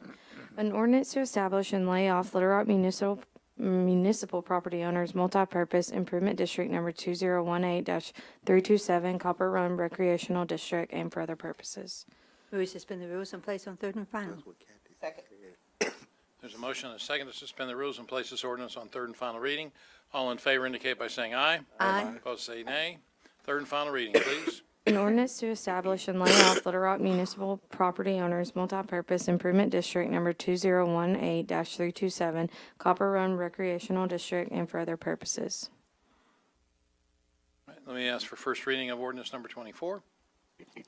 An ordinance to establish and lay off Little Rock Municipal Property Owners Multipurpose Improvement District Number 2018-328, Piper Lane Project, and for other purposes. Move to suspend the rules and place on third and final reading. Second. There's a motion and a second to suspend the rules and place this on third and final reading. All in favor indicate by saying aye. Aye. Say nay. Third and final reading, please. An ordinance to establish and lay off Little Rock Municipal Property Owners Multipurpose Improvement District Number 2018-328, Piper Lane Project, and for other purposes. Okay, let me open up, let's have the first reading on ordinance number 25. An ordinance to establish and lay off Little Rock Municipal Property Owners Multipurpose Improvement District Number 2018-329, Piper Lane Recreational District, and for other purposes. Move to suspend the rules and place on second reading. Second. There's a motion and a second to suspend the rules and place this ordinance on second reading. All in favor indicate by saying aye. Aye. Opposed, say nay. Second reading, please. An ordinance to establish and lay off Little Rock Municipal Property Owners Multipurpose Improvement District Number 2018-329, Piper Lane Recreational District, and for other purposes. Move to suspend the rules and place on third and final reading. Second. There's a motion and a second to suspend the rules and place this on third and final reading. All in favor indicate by saying aye. Aye. Opposed, say nay. Third and final reading, please. An ordinance to establish and lay off Little Rock Municipal Property Owners Multipurpose Improvement District Number 2018-329, Piper Lane Recreational District, and for other purposes. Let me go ahead and ask for the first reading on ordinance number 26.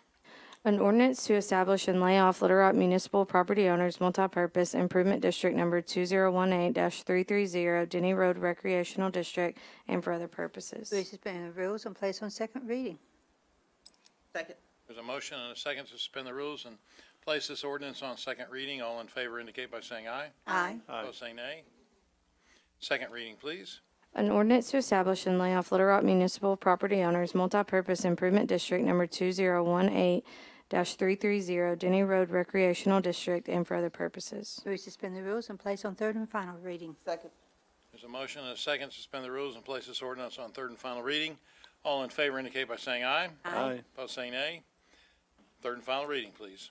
An ordinance to establish and lay off Little Rock Municipal Property Owners Multipurpose Improvement District Number 2018-330, Denny Road Recreational District, and for other purposes. Okay, we've had the readings of the ordinance. Let me go ahead and open up a public hearing on all of these ordinances and ask if there's anyone who wishes to speak for or against any of these ordinances. Anyone that wishes to speak for or against any of these ordinances? Hearing none, let me go ahead and close the public hearing. Let me ask for a vote on ordinance number 22. All in favor indicate by saying aye. Aye. Opposed, say nay. The ordinance is approved. On ordinance number 3, all in favor indicate by saying aye. Aye. Opposed, say nay. The ordinance is approved. On ordinance number 24, all in favor indicate by saying aye. Aye. Opposed, say nay. Ordinance number 24 is approved. Ordinance number 25, all in favor indicate by saying aye. Aye. Opposed, say nay. Ordinance number 25 is approved. Ordinance number 26, all in favor indicate by saying aye. Aye. Opposed, say nay. Ordinance number 26 is approved. Okay, that, Emergency clauses. And would you turn the light on, off, on? yes, Director Hendricks. You finish with this part before you go into the discussion that has to do. The reason why I'm fixing to make another change, Booth, and Secretary, I'm sorry, Director. am I on? Just let me ask one question. Apparently, Mr. Carpenter, I believe there's some emergency clauses on some of these. Is it? Is that true? Mayor, they didn't have them on there, so they're not listed, so I wouldn't worry about it. Well, there's one on, 25. 25 has one, 26 has one. The body of the document has one. Then I think you need to ask for a vote on Which each one? of the emergency clauses for the districts.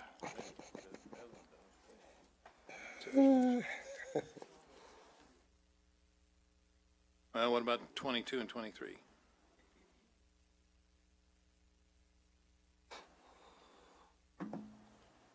Get the end. You know what I'm beginning to do?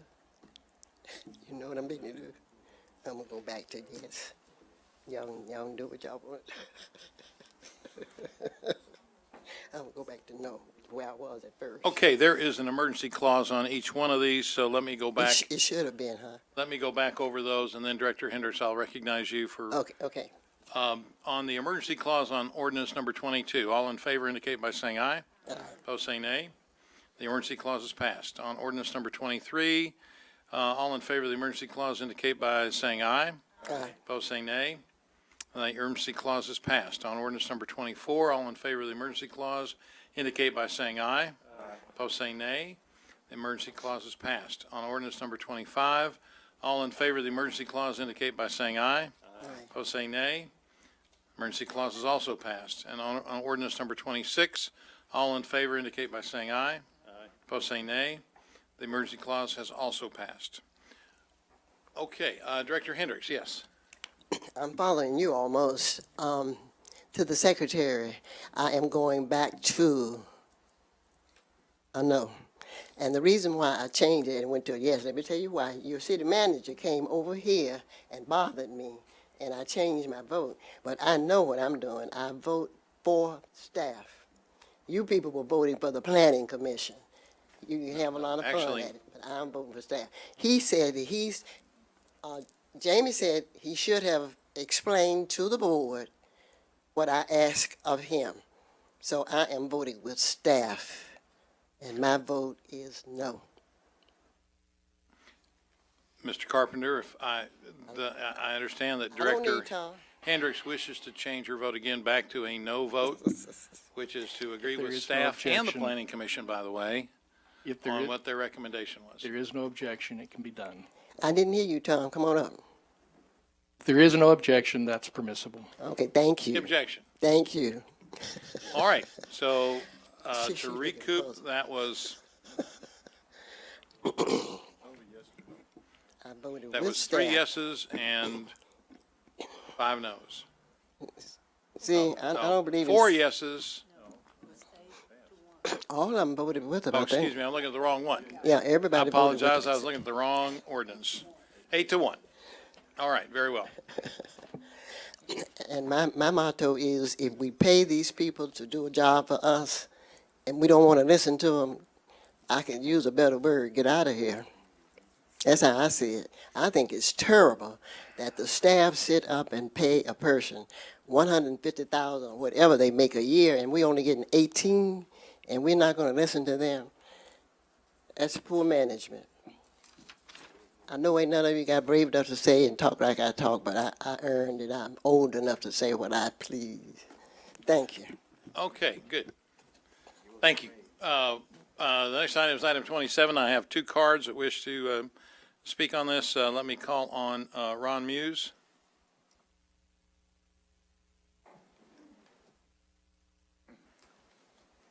Thank you again for allowing me to speak with you. I am for appealing the ruling.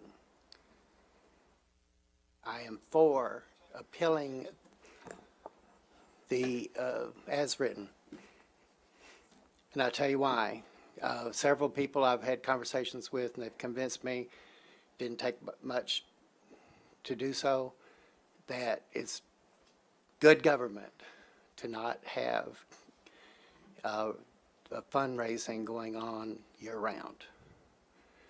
I just believe that's the way it should be. If fate should allow me to be on the board, then I would want that to be my guide. Okay, thank you, Mr. Muse. The next card I have is from Jim Lynch. Mayor, Vice Mayor Webb, members of the board, thank you. My name is Jim Lynch. I live at 16 Lennon Drive. I'll try to be as brief as possible. I've talked to you before about this issue. I strongly support the 97 ordinance. Myself, as well as members of the board and other members across Little Rock, worked very hard to institute this campaign finance reform. In my head, in my judgment, it simply comes down to this: what kind of city do we want? Every one of you all, as elected officials, I have a great regard for you all. You've worked hard to get elected. You're working very hard to perform your duties as elected officials, as the members of the board and mayor and so forth. But every one of you, I can say, without having even talked to you about it, is I think that you have this aspiration of leaving behind a legacy that you made the city better because of your elected service. Absolutely, every one of you have that aspiration, and that's the way it should be. And so whether you're 4 years, 8 years, or however many terms you might serve on this city board, you'd like to look back and say, the city's better because I was there. This ordinance elevates the city. We have a better city 21 years later than we did before we adopted this ordinance. It's just as simple as that. Our elections are cleaner, they're more straightforward, they inspire confidence and trust in the public that we've got straightforward political process and operations in our municipal government. Pay to play has been eliminated. That's what was going on. Campaign donations were being given to directors for all 48 months of a 4-year term. And so if there was something coming up on the agenda 2 or 3 weeks from now, we could make a convenient, timely campaign donation, irrespective of the fact, as happened in the fall of '95, that the campaign was 17 months away or 11 months away. $1,700 to one city director and $1,000 to another city director. That's the established history. I don't know that I brought this to the attention of the board in previous remarks, but the enabling law that allows Little Rock to have adopted this 5-month limitation was part of a larger statewide effort at campaign finance reform. It was called Act 1. It was adopted in the fall of 1996. It was approved by 487,000 Arkansas voters. It got 66% of the vote. Now, there was another guy on the ballot in the fall of '96. His name was Bill Clinton, and he was running for re-election. He didn't get 66% of the vote, but Act 1 did. This campaign finance reform that enabled this board to adopt our ordinance in February of '97 got 487,000 votes.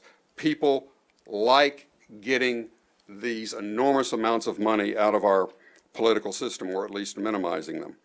I'll have to say that there's another facet that I want to call to your attention. It's been state law for 40, 50, 60 years, ever since the middle of the last century, in the 1950s at least, that you can't even file for city director until mid-August.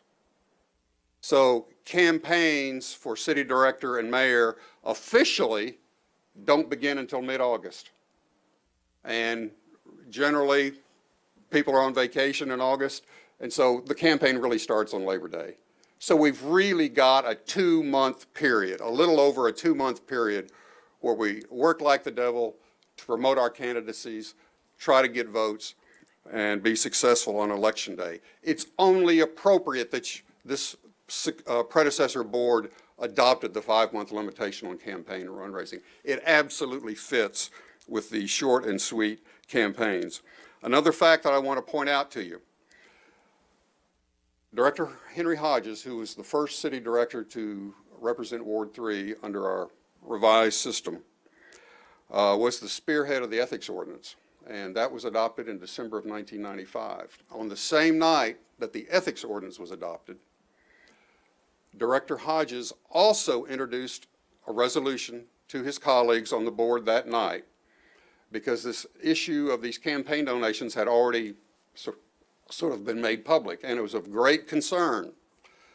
And so he introduced a separate resolution, separate from the ethics ordinance, that said, I want this board to go on record asking the state legislature to allow us to put some limitations on campaign money at the municipal level. This board adopted that resolution in December of '95, the same night you adopted the ethics ordinance. Now, the legislature never did it on its own. Act 1 took over because some of us at the grassroots went out and collected tens of thousands of signatures to get it on the ballot. And that's the measure that got put it over the top. It all comes down to this. What kind of city do we want? We want a city that's respected. We want a city whose process can be admired by others. And that's what we have with this campaign ordinance. It's a candle in the darkness of our money-polluted system. Please support the ordinance in whatever way you can. Thank you very much. Thank you, Mr. Lynch. That concludes the cards that I have. We can now move on to citizen communication. I've got 3 cards. Let me call on Yolanda Bluford. Ms. Bluford.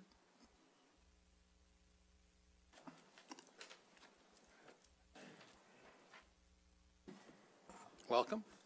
Thank you, Mr. Mayor, the board. I'm only standing here. It's about the administration of this city. Can you hear me? Okay. It's about the administration of this city. And the only reason I'm standing here is because God is not happy at all.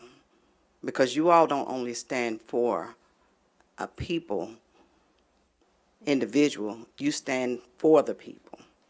And there's so many things I've seen that is just not, it's not ethical. The welfare tax, $300,000.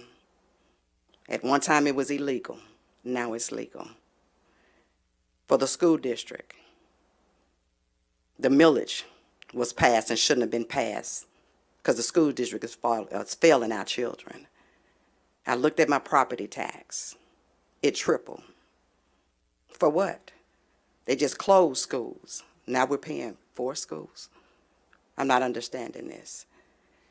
Things are not like they should be. Things are going on behind closed doors because of certain people that have money and things of this nature. It's sad.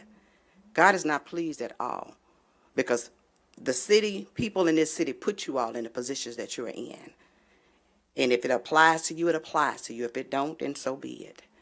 But it does not make sense that the people are being taxed to death. It's sad. I made a purchase. I have 2 different taxes. Why? Why was the $300,000 made legal when it was illegal? Why was the millage made legal when it was illegal? The superintendent before Poors tried it and they told him it was illegal. He go and do it and it's legal. Why? Why are the people being taxed and looked over as if they're nothing? The homeless people that are here, children that are here, 3% aid sales tax. And it says that you all wait 3 to 4 years before these babies can get a job. Why? Where is the money going for those 3 or 4 years prior? It's sad. It is very sad. And God is not pleased. He is very upset. It is time for a change. It is so sad. These babies are out here having no place to go, no place to work. Why? And let's not talk about the at-risk children that you all say are at risk. What are you all going to do for them? They're on the sideline. What kind of organizations are you going to put in place? So many funds are being cut. Why? The ones that you all need to help are not being helped. There's money going out to beautify the city. What about those that live here versus the ones that you're drawing here? It's sad. That's all I have to say. Thank you, Ms. Bluford. Thank you. Next card I have is from Stephen Mann. Mr. Mann, Stephen Mann. Okay, he must have left.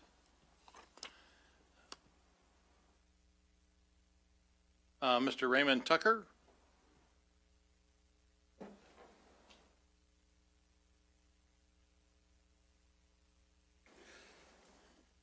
Hello, Mr. Tucker. Yes, Mr. Mayor, and Vice Mayor and the rest of the board, I appreciate the time that you give me to speak here.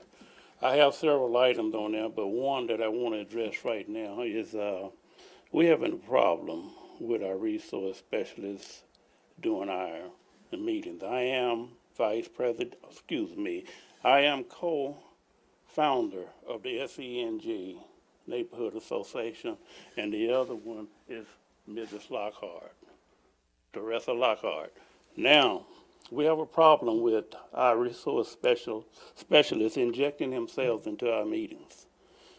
People showing up that shouldn't be there, calling in, texting people in during our meetings against our regulations, talking down against our association. That's a no-no. So what I'm saying is that I'm requesting, or we are requesting, that he be removed. You can bring somebody else in or whatever, but we're requesting that he be removed. The next item is the fact that we have known for a while, we know that the city know, we know that the state know, and the county and everybody involved know that we are sitting on a pile of rotten, rusting gas pipe right in front of my house across the street and on the north side of Mrs. Lockhart's house where 31st went through. Twice in less than 2 years, they've come out and dug up that same pipe, put chemicals on it to knock the rust off of it, dissolve the rust. And we all remember when the pipe rusted out in the middle of the river, and we had that geyser down there for days. This should not only concern just we the people that organize SENG, but also our director. You're living on top of that same rotten pipe. St. John's Church, Greater Center Star, and all the people, Church of Living God, everybody. We are sleeping on top of a nightmare. Most of you probably have never seen or witnessed what happens when gas starts leaking. Gas will silently kill up a whole neighborhood before anybody realizes what the problem is. And my question is, what are we going to do about it? It's dangerous. Contractors even refuse, say other contractors won't even come out to do the work. But I've experienced that type of explosion. It's nothing nice. So, Mr. Mayor, what are we going to do about it? Well, if you'll take these issues to our staff, certainly if you've made this issue known about the issue of the resource specialist, I'm sure Mr. Moore will follow up with you on it. Relative to the gas pipes, certainly if this is reported to the gas company, we'll have one of our inspectors go out and find out about that and get the gas company to do what their job is. Okay. Well, they just covered the whole back up. Like I say, less than 2 years. This is the second trip they covered. Well, it if the up gas company's not Friday. doing that, then we'll have one of our inspectors go out there and take a look at it and see what we can do to help facilitate getting it replaced. Okay, thank you. Thank you. Okay, that concludes the cards that I have for this evening. Is there anything else? If not, a motion to adjourn? Motion and a second. All in favor indicate by saying aye. Opposed, say nay. We're in adjournment. Thank you.